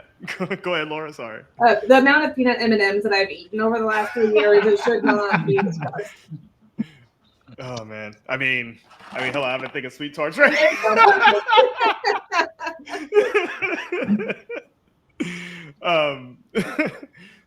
I would say though, what have I learned? So your tip is don't snack when you're don't snack. Yes, that's a good tip. But if you're looking for something actually professional answer, I probably should answer it that way. Is I learned how to adjust my coaching style and how I work with teams in a way that is more, is best fits for them in their like working situation, because it's hard for me to pull somebody to this. Like, it's easy for me to come like have like lunch or pull somebody to the side of a conversation and talk about stuff and hey, what's going on? What's happening? I can't do that. I got to figure out what's the best way to approach people. And so my ability to be extremely open and transparent and to be available as much as possible via Slack, email. I don't know who in our organization emails, but email if possible. But like just those types of things, making sure like I'm totally like available as much as I can. Again, which is a gift and a curse, right? Because if you're always available, when do you have time for yourself? That's not a thing, right? And so understanding how to adjust to that, but also like the kind of flip side of that, like working at a company, as Laura mentioned, like where, especially at ARC, like we are a remote first organization ever since we started working here. Ever since I started working here for almost 4.5, going almost 5 years now, like our tools are built like that.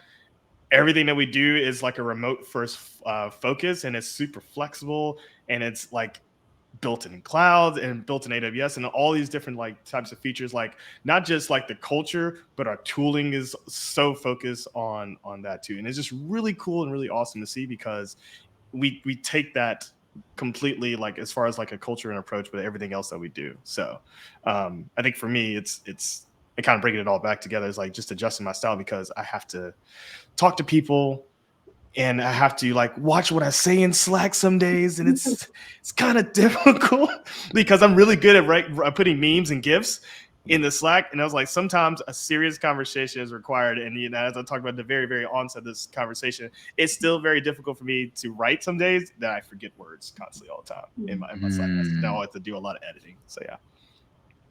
So In a way, which is interesting. In a way, you also talked, because you talked about the tools and a little bit about processes. In Agile, we always said individual and interactions over processes and tools, and a lot of people misunderstand the over as in the right side totally doesn't matter. No, it does matter. There's actually no what is it, community that has so much tools as the Agile community, because every time when something's not working, we invent our own kind of With a tool. Yep.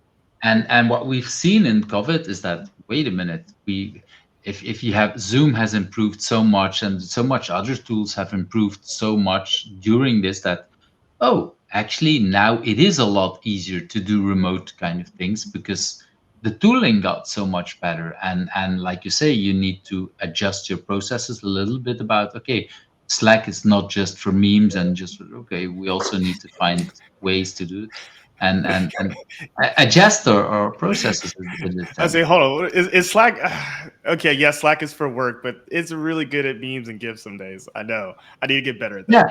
Yeah, but I think it's the finding the combination, and it's Yeah. finding the places. And I'm also, I know some companies where we have a gazillion channels, and at some point it's like you need to figure out, wait a minute, there's so much information overload, and how do I find what is important, and how do I and at other companies it's like, oh, this is always very serious, and we're not allowed to make jokes, and you're not allowed to say that some things that you don't like. No, it's we need ways to also have fun, like we had fun at the coffee machine, and find other things. So indeed, memes and other kind of things helping us to bring out other ways of our lives.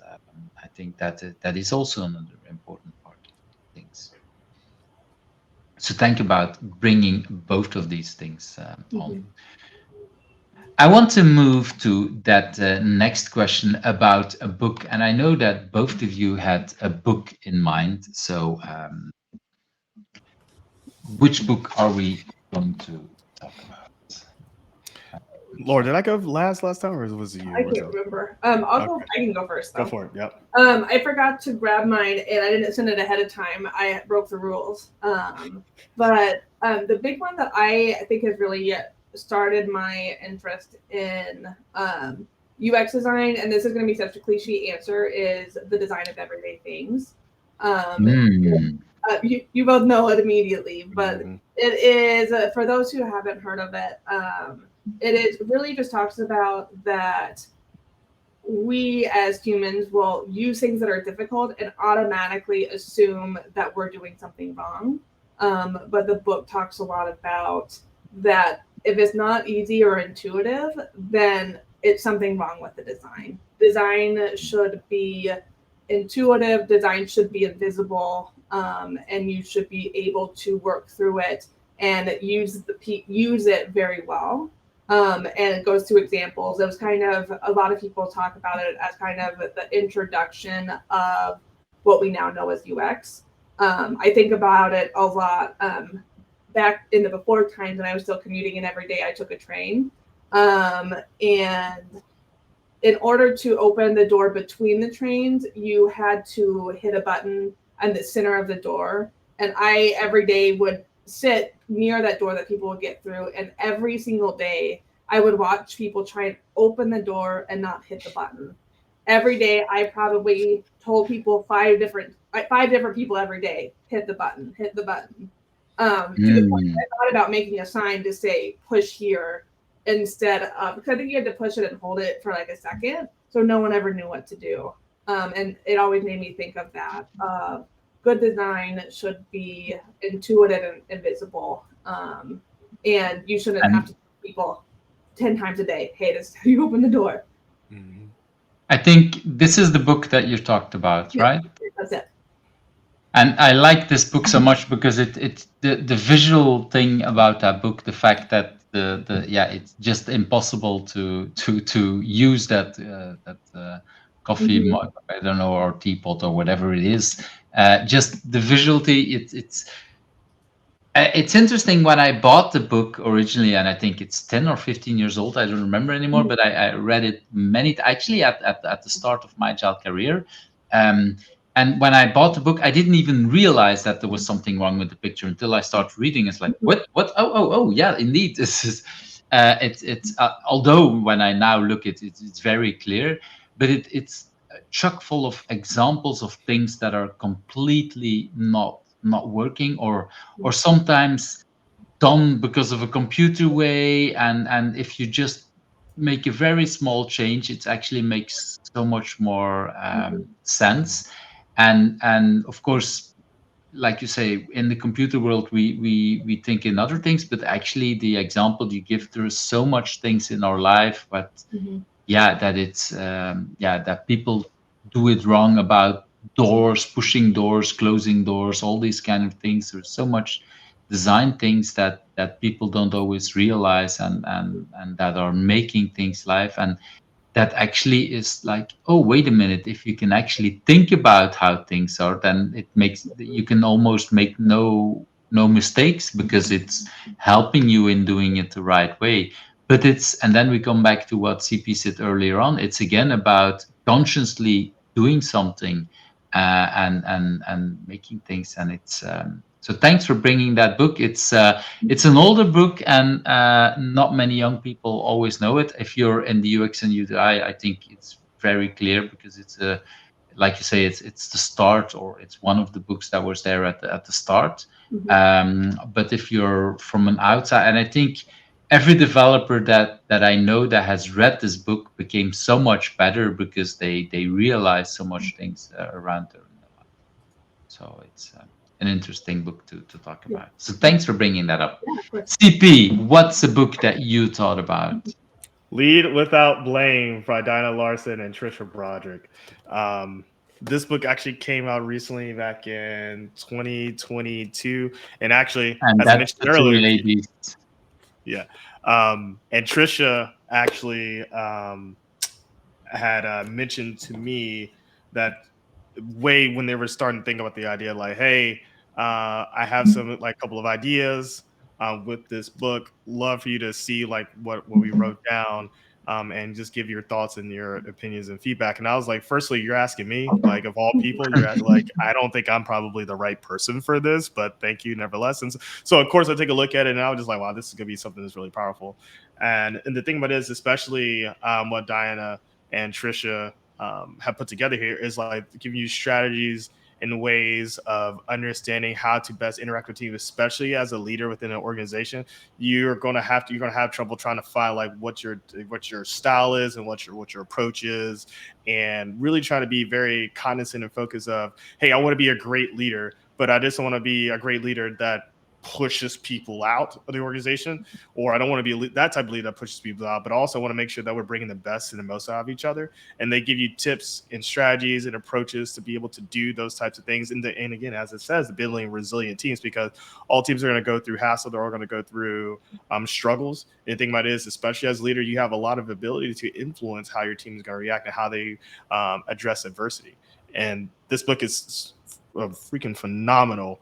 And being a leader myself, like being able to have teams here, like, we get frustrated, we get upset about things, but what is again, as I mentioned very early on, like, what is the most valuable, sizable chunk of value that we can deliver to work through that type of adversity? So amazing book. And Diana and Tricia are fantastic. And a really quick, again, I'll always say this, for Diana, I always get Diana and Ester Derby confused, and I'm trying to, every time I go through to talk to people, I always want to make sure I get that right. So next time I see Diana, I will not call her Esther, because I've done that like 3 times now. And you will call her Tricia from now on. I would just want to make sure I get her the right name. So again, as I always mention to Diana all the time, I am so sorry for mixing your name up, not once, but twice, at least I know of, with you and Ester Derby. So Diana, please forgive me. So yeah. It's both of them have been here on the show talking about. Tricia also talked. Actually, it's a little bit similar, that when she originally thought about writing a book, she was contacted by the publishers that says, "Oh, we know somebody else who might want to be interested. We don't know if you know her." And then there's like, "Yeah, it's Diana." And it's like, yeah, I do know her, and I'm not sure that I can do it together. And and then realized together, like, hey, wait a minute, we're so much aligned. Both of them, they talk about the processes of writing that book.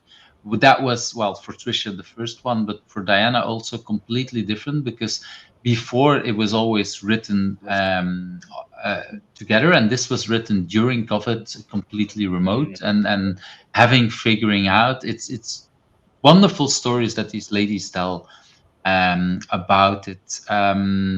The lead without blame. Well, Laura, you talked about trust before. It's the book. I haven't finished the book. It's somewhere there, uh, ready or waiting to be finished. But it's like you say, it's about what we need to do to build resilient teams, learning teams, and saying, okay, how could we do all of that?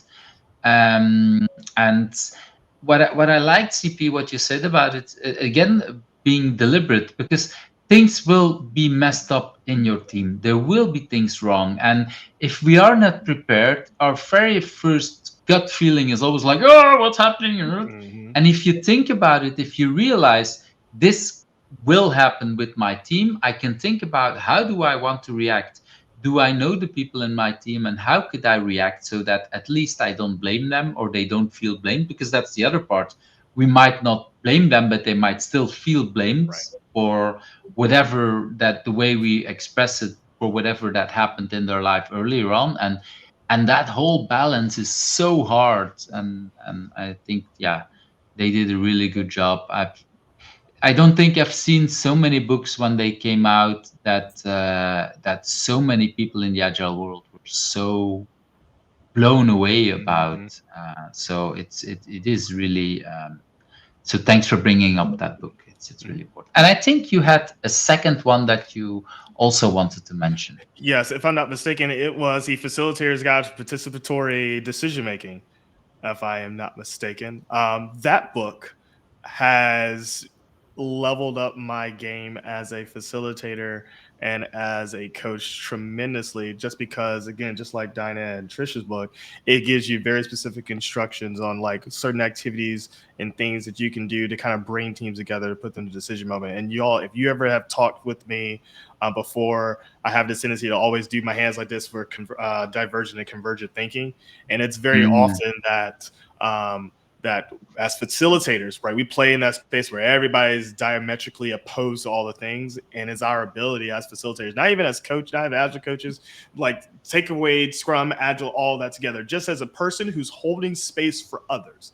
Your ability to be able to bring people together to a decision point and move forward is going to make the difference in any type of scenario or situation that you're in, because more often than not, you're not going to be the leader in the room. You're not going to be the person who's going to be the decision maker that's going to drive the team forward to accomplishment or goal. But also, especially if you are a leader, it allows you to take yourself away and remove the influence of you being the person who's a decision maker at the end of the day, and just say, hey, how does the team want to move forward and want to be able to like attack this particular goal? Because it's very often that you have a leader steps in the room and they give you scenarios and personas in that book too, of like, hey, how do you deal with certain people who are like, love to talk, who don't talk, who are the leader, who are the elephants in the room? All it gives you so many different personas and how to attract and not how to address those particular types of scenarios. It's a really amazing book, and it's something that's just so awesome. And I'm sure like if agilists have most agilists probably watch this, they probably all know this book already. Fun fact today, a 4th edition is coming out actually on it also, so I'm probably gonna pick up that also, because it's again one of these books that's been out for a very long time. I actually have 2 copies there. I bought one myself a long time ago, and then I got a copy from a friend that went on pension, that said, Eve, I have a book that you might like, and was like, wow, I don't mind to get a second copy, because it's such an interesting book. And yeah, then it's really good to actually also to be able to lend it to other people and say, look, this is probably something that is useful for many people to have that around. And like you say, it's it's been around, and yeah, I knew that there were multiple or that there was another version than I actually had, but I had no idea that there was a fourth edition coming out of that book. So so thanks for sharing that that extra book. That is, thank you. Laura, did you have another book that you wanted to bring? Because we didn't really talk much about that up front. Okay, so that was the main one that I wanted to bring up. Okay, and then let's move to that next question. And for me, one of the most interesting questions is, what question do you also think I should ask, and what is the answer?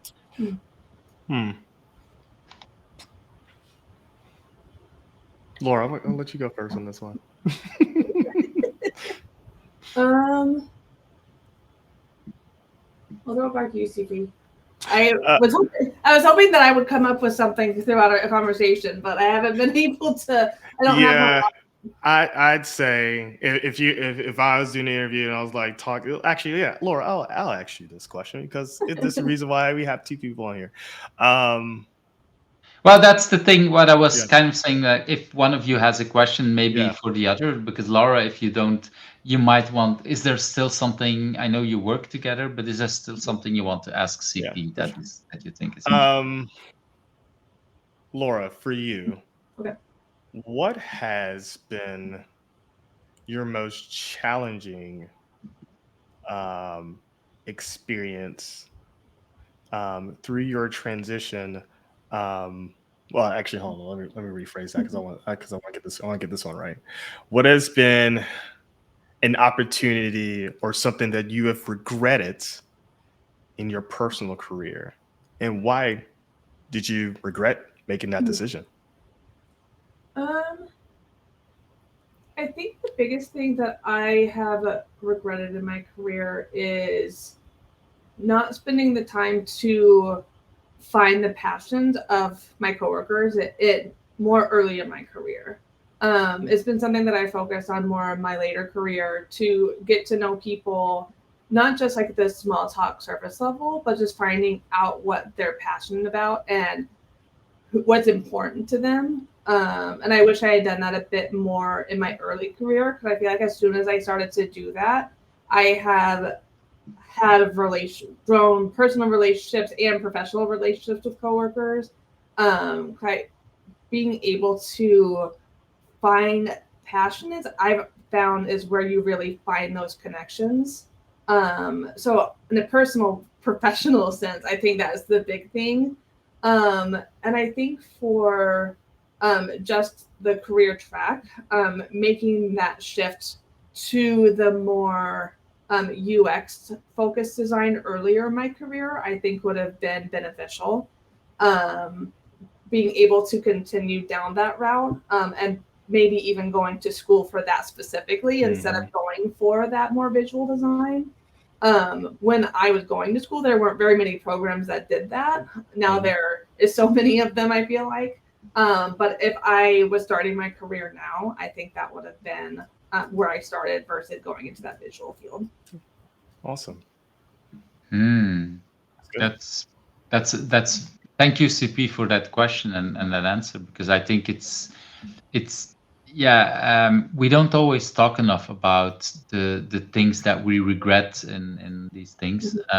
Sometimes it's hard because the failures in agile also are hard to talk about, because sometimes it's about clients and we don't want to be negative about clients, but just about what do we regret. And this is a very nice story about that doesn't talk really about others. It's about what you've learned and how you progressed as a person. And I think it's something that might be good for young people to learn about. Hey, if you're much more deliberate about other people, then you can learn other kind of things as well and get other types of connections. And I'm hearing it that it's not just work, but it's also, I think, has an influence on your personal life. That's what I'm hearing, Laura.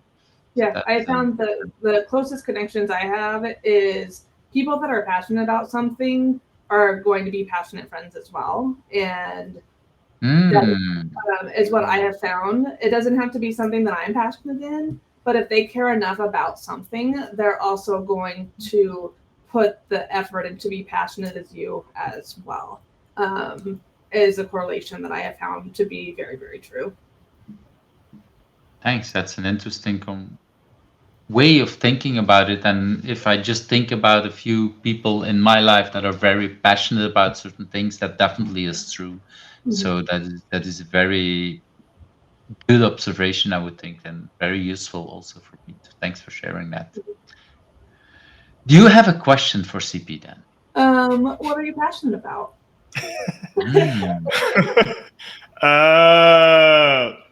All the other things. than all the things that you just already talked about. We talked about Like over the last 2 hours.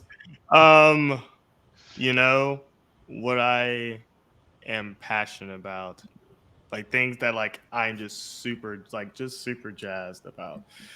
Of course, me being a kid growing up, when it comes to like just keep myself busy video games. I don't have a lot of time to play with them as much as I would love to, but understanding, because I work in tech too now, understanding the ins and outs behind how things come to light, but then also just being just a natural passionate fan of the studio or this game or whatever it is, to understand the backstory and the context and the canon. Like, to me, outside of everything else that I've talked about, that is something that I'm extremely passionate about, just because it's cool to like switch your brain off some days and just not exactly. It's so cool. I don't know what that life is like because grad school right now, but if I had my pick, it'd definitely be that. Video games for sure.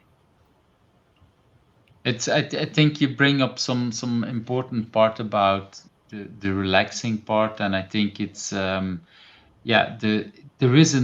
it is important for our brains to relax and to switch off at some point. And all of us, we do different things, and some people might play games or watch television or whatever, or go for a walk. But it's really so important that also that balance that we already talked in other kind of things. It's important to have that full set, I would say. So thanks for bringing that. And probably, well, it's interesting that you say I don't have time because a lot of things that you're doing, but at the same time, it reminds me of a phrase I once heard about. I don't know where it's coming from, but I think it had to do with yoga, and that the yoga teacher said that how much time do you need to do yoga? And it's like, yeah, if it's a normal day, like, or a normal week, 1 hour, and if it's really, really busy, then it's 2 hours. And it was like, yeah, you don't have time, but at the same time, it makes so much more sense because you need. And I don't care if it's yoga or games or whatever, but it's if you need too much stress if you have too much stress and whatever, finding ways to calm down and de-stress and turn off your brain is so much important, I think. Yeah. So thanks for these very interesting questions and bringing an extra attention to this. So thanks for doing it. I want to move to that last question about who do you think I should also invite? And I think both of you had at least one, and I think a few people that you're thinking about inviting. Yeah, I'd say my number one person who you definitely should talk to is my co-founder, Andrea Robinson of Agile in Color. She is really the brains and the bronze and all the cool things behind Agile in Color. And I just am like, again, I'm the pips. I'm in the background doing the spins, doing the harmonizing. That's what I do. But she is the lifeblood and the engine behind Agile in Color. So that is definitely 1000% my go-to person that you should definitely interview next. I didn't check the picture, so there is a risk here, but I do think that's her. That's perfect. Yep, that is her. Yes. Okay. That's the risk if it's about so some of the names and some of the people I know, but here that was a little bit a risky thing because I forgot to check some of these people the pictures in our pre-talk. Let's bring I think Laura, who do you want? Let's see, you pick. I said Sarah Adams. She is a UX researcher extraordinaire. She has a great history. And that's her. Is that correct? Yep, she has a great facilitator, great at just all things UX. She has a background in, she has a doctorate in African art where she went to Africa and learned from the people there about their history and their culture. I asked her once what her favorite art was, and the where she was, they had a big temporary art, so they would use chalk or other materials to create these very intricate, and no photos were taken of them, and there was no record. It was all about them having this piece of art that it could only be had now to help you stay in the moment. And just talking to her, you hear stories like that all the time of her time there and her 3 different career fields, and she's just a fascinating person to get to know. That's a wonderful story to hear, and I always love to meet new people, so that's definitely is a good idea. And it's interesting that you said up front, Laura, that I'm not sure if I'm the right person to invite because I'm into UX and whatever, and then you invite a person that's also in that community, and like, yeah, for me it's if people understand a little bit what agile is and how we think, it's when I started, and I didn't bring it up earlier, but when I started working in agile, I read indeed also the book that you mentioned. I read a few others, and for me, the whole design and agile, I kind of discovered it more or less around the year 2000. So this both the start for both of these things, or at least that looked for me. And for me, it felt so much logical to combine it. And then I fast forward to, I don't know, 2007, 2008. I heard like, yeah, but these are 2 communities and they don't work together. I was like, what? I'm using all of these things together because we both care about the end user and we like feedback, and we deal with it in different ways, but the end idea is so much similar, and so I'm really like that we can also bring people from that might consider them different communities, but actually have a lot of things in common, I would say. CP, I think you still had at least 1 or 2 more names. Yeah. So you already interviewed Khadija already, so I can't add Khadija, but also another founding member of Agile in Color, which was Nono Dansa. She is actually located in South Africa, so sometimes it's a little hard nailing her down their schedule for our meetings, but I think that's just how schedules work when you have somebody, I think, almost 8 or 9 hours ahead of us. So that's her. Yes, And that is her. Yeah. Unfortunately for you, I did already interview her. I Oh need yeah, to you check did. Yeah, if yeah, yeah. if her interview is already live.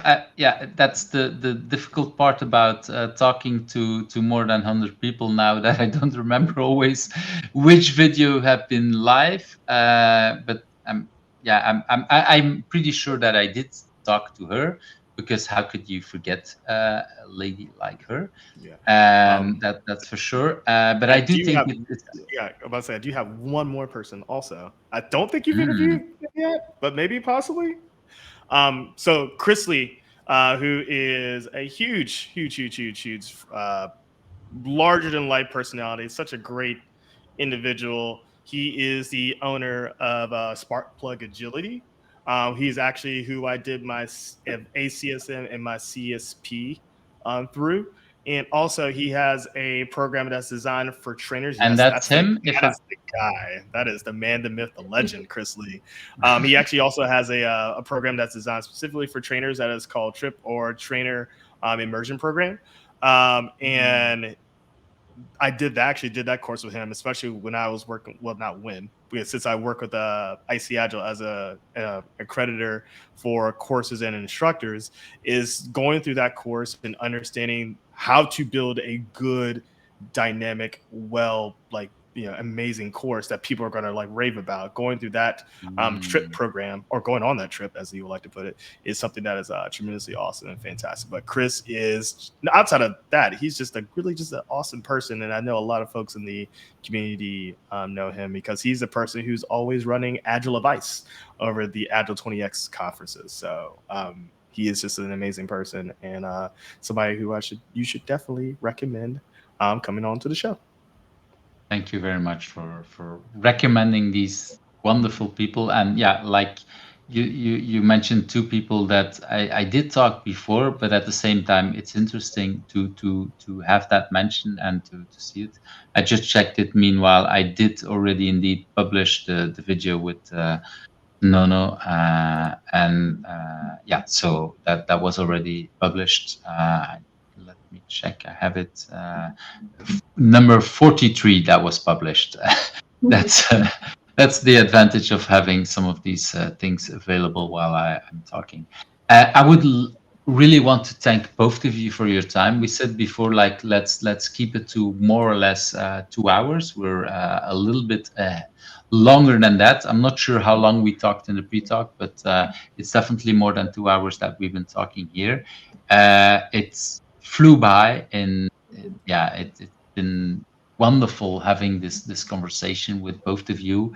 It's been fun, which was what was predicted when people talk to me and say, you have to talk with CP. Then yeah, it's yeah, that was very clear that it would have been fun. But Laura, you brought both the fun and the serious. The way the interaction of both of you, it's been wonderful to doing these kind of things. So I'm really happy that we did combine it. It has the advantage I can take two people off my list at the same There time, we which go. is also an advantage for a long list. So that's the other part. But it's also, yeah, it's been a really wonderful conversation to have this. So Mhm. thank you both for your time. Yeah. If people want to connect to you, what would be a good way to find out about you? Laura, you're the superstar. You wanna go first? Because people want to know about you. They don't want to know about me. They want to know about you. If you want to connect to me, I'm on LinkedIn. I think my name is Laura Steele, and my handle is L Payton, which is my maiden name, and LinkedIn won't let me change it. Or my email is steele.laurabeth@gmail.com.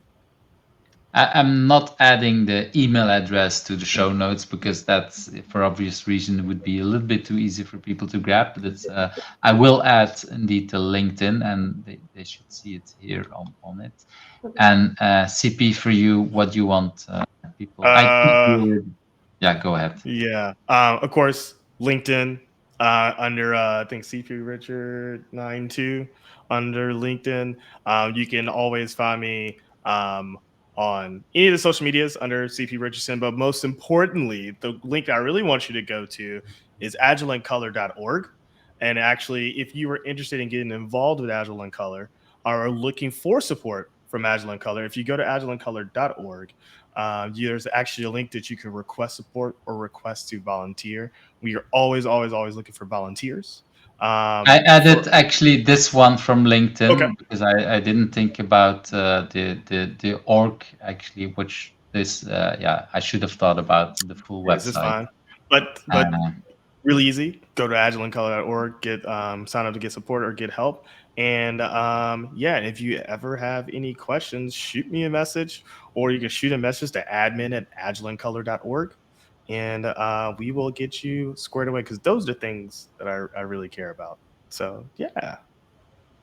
and it's, yeah, like you say, it's yeah, it's that easy to get in touch with you and to find you and indeed have that conversation, have that support. Like you said earlier on, the Agile Alliance is putting a lot of effort to make sure that I was about to say events, but that's not what I mean. Communities like this are really supported. Because that is agile for me as well. It's a lot about communities. You've been talking a lot about supporting others, having standing on the shoulders of giants, and sometimes talking wrongly names with people because we get to know multiple people at the same time. Um, I have that I'm really bad with names, and so I have that all the time. So I do understand. I don't think I've ever missed Diana and Esther, but I'm pretty sure I mixed up a lot of Not other not not people. not, not helping me. Not helping me here. Just throwing it Well, out there. well, but I think, but actually, the fact that you're so open about this kind of thing, I think all of us, we sometimes make mistakes. I literally talked. I was doing a presentation, and after me, 5 minutes after me, there would be someone else speaking, And I wanted to also, in my talk, mention a little bit the next speaker. So I mentioned what she was doing, and I used the completely wrong name while looking at her. And I don't even know where that name came from, because it had nothing to do with her. And literally, when I went off stage, I was like, I think I said the wrong name, but I don't even remember. We're committed now. So We're embarrassing. committed. So yeah, it sometimes we're in the heat of a moment and we do some of these things, and I think it's logical. Well, it's not logical, but it's something that's very human, that happens to a lot of us.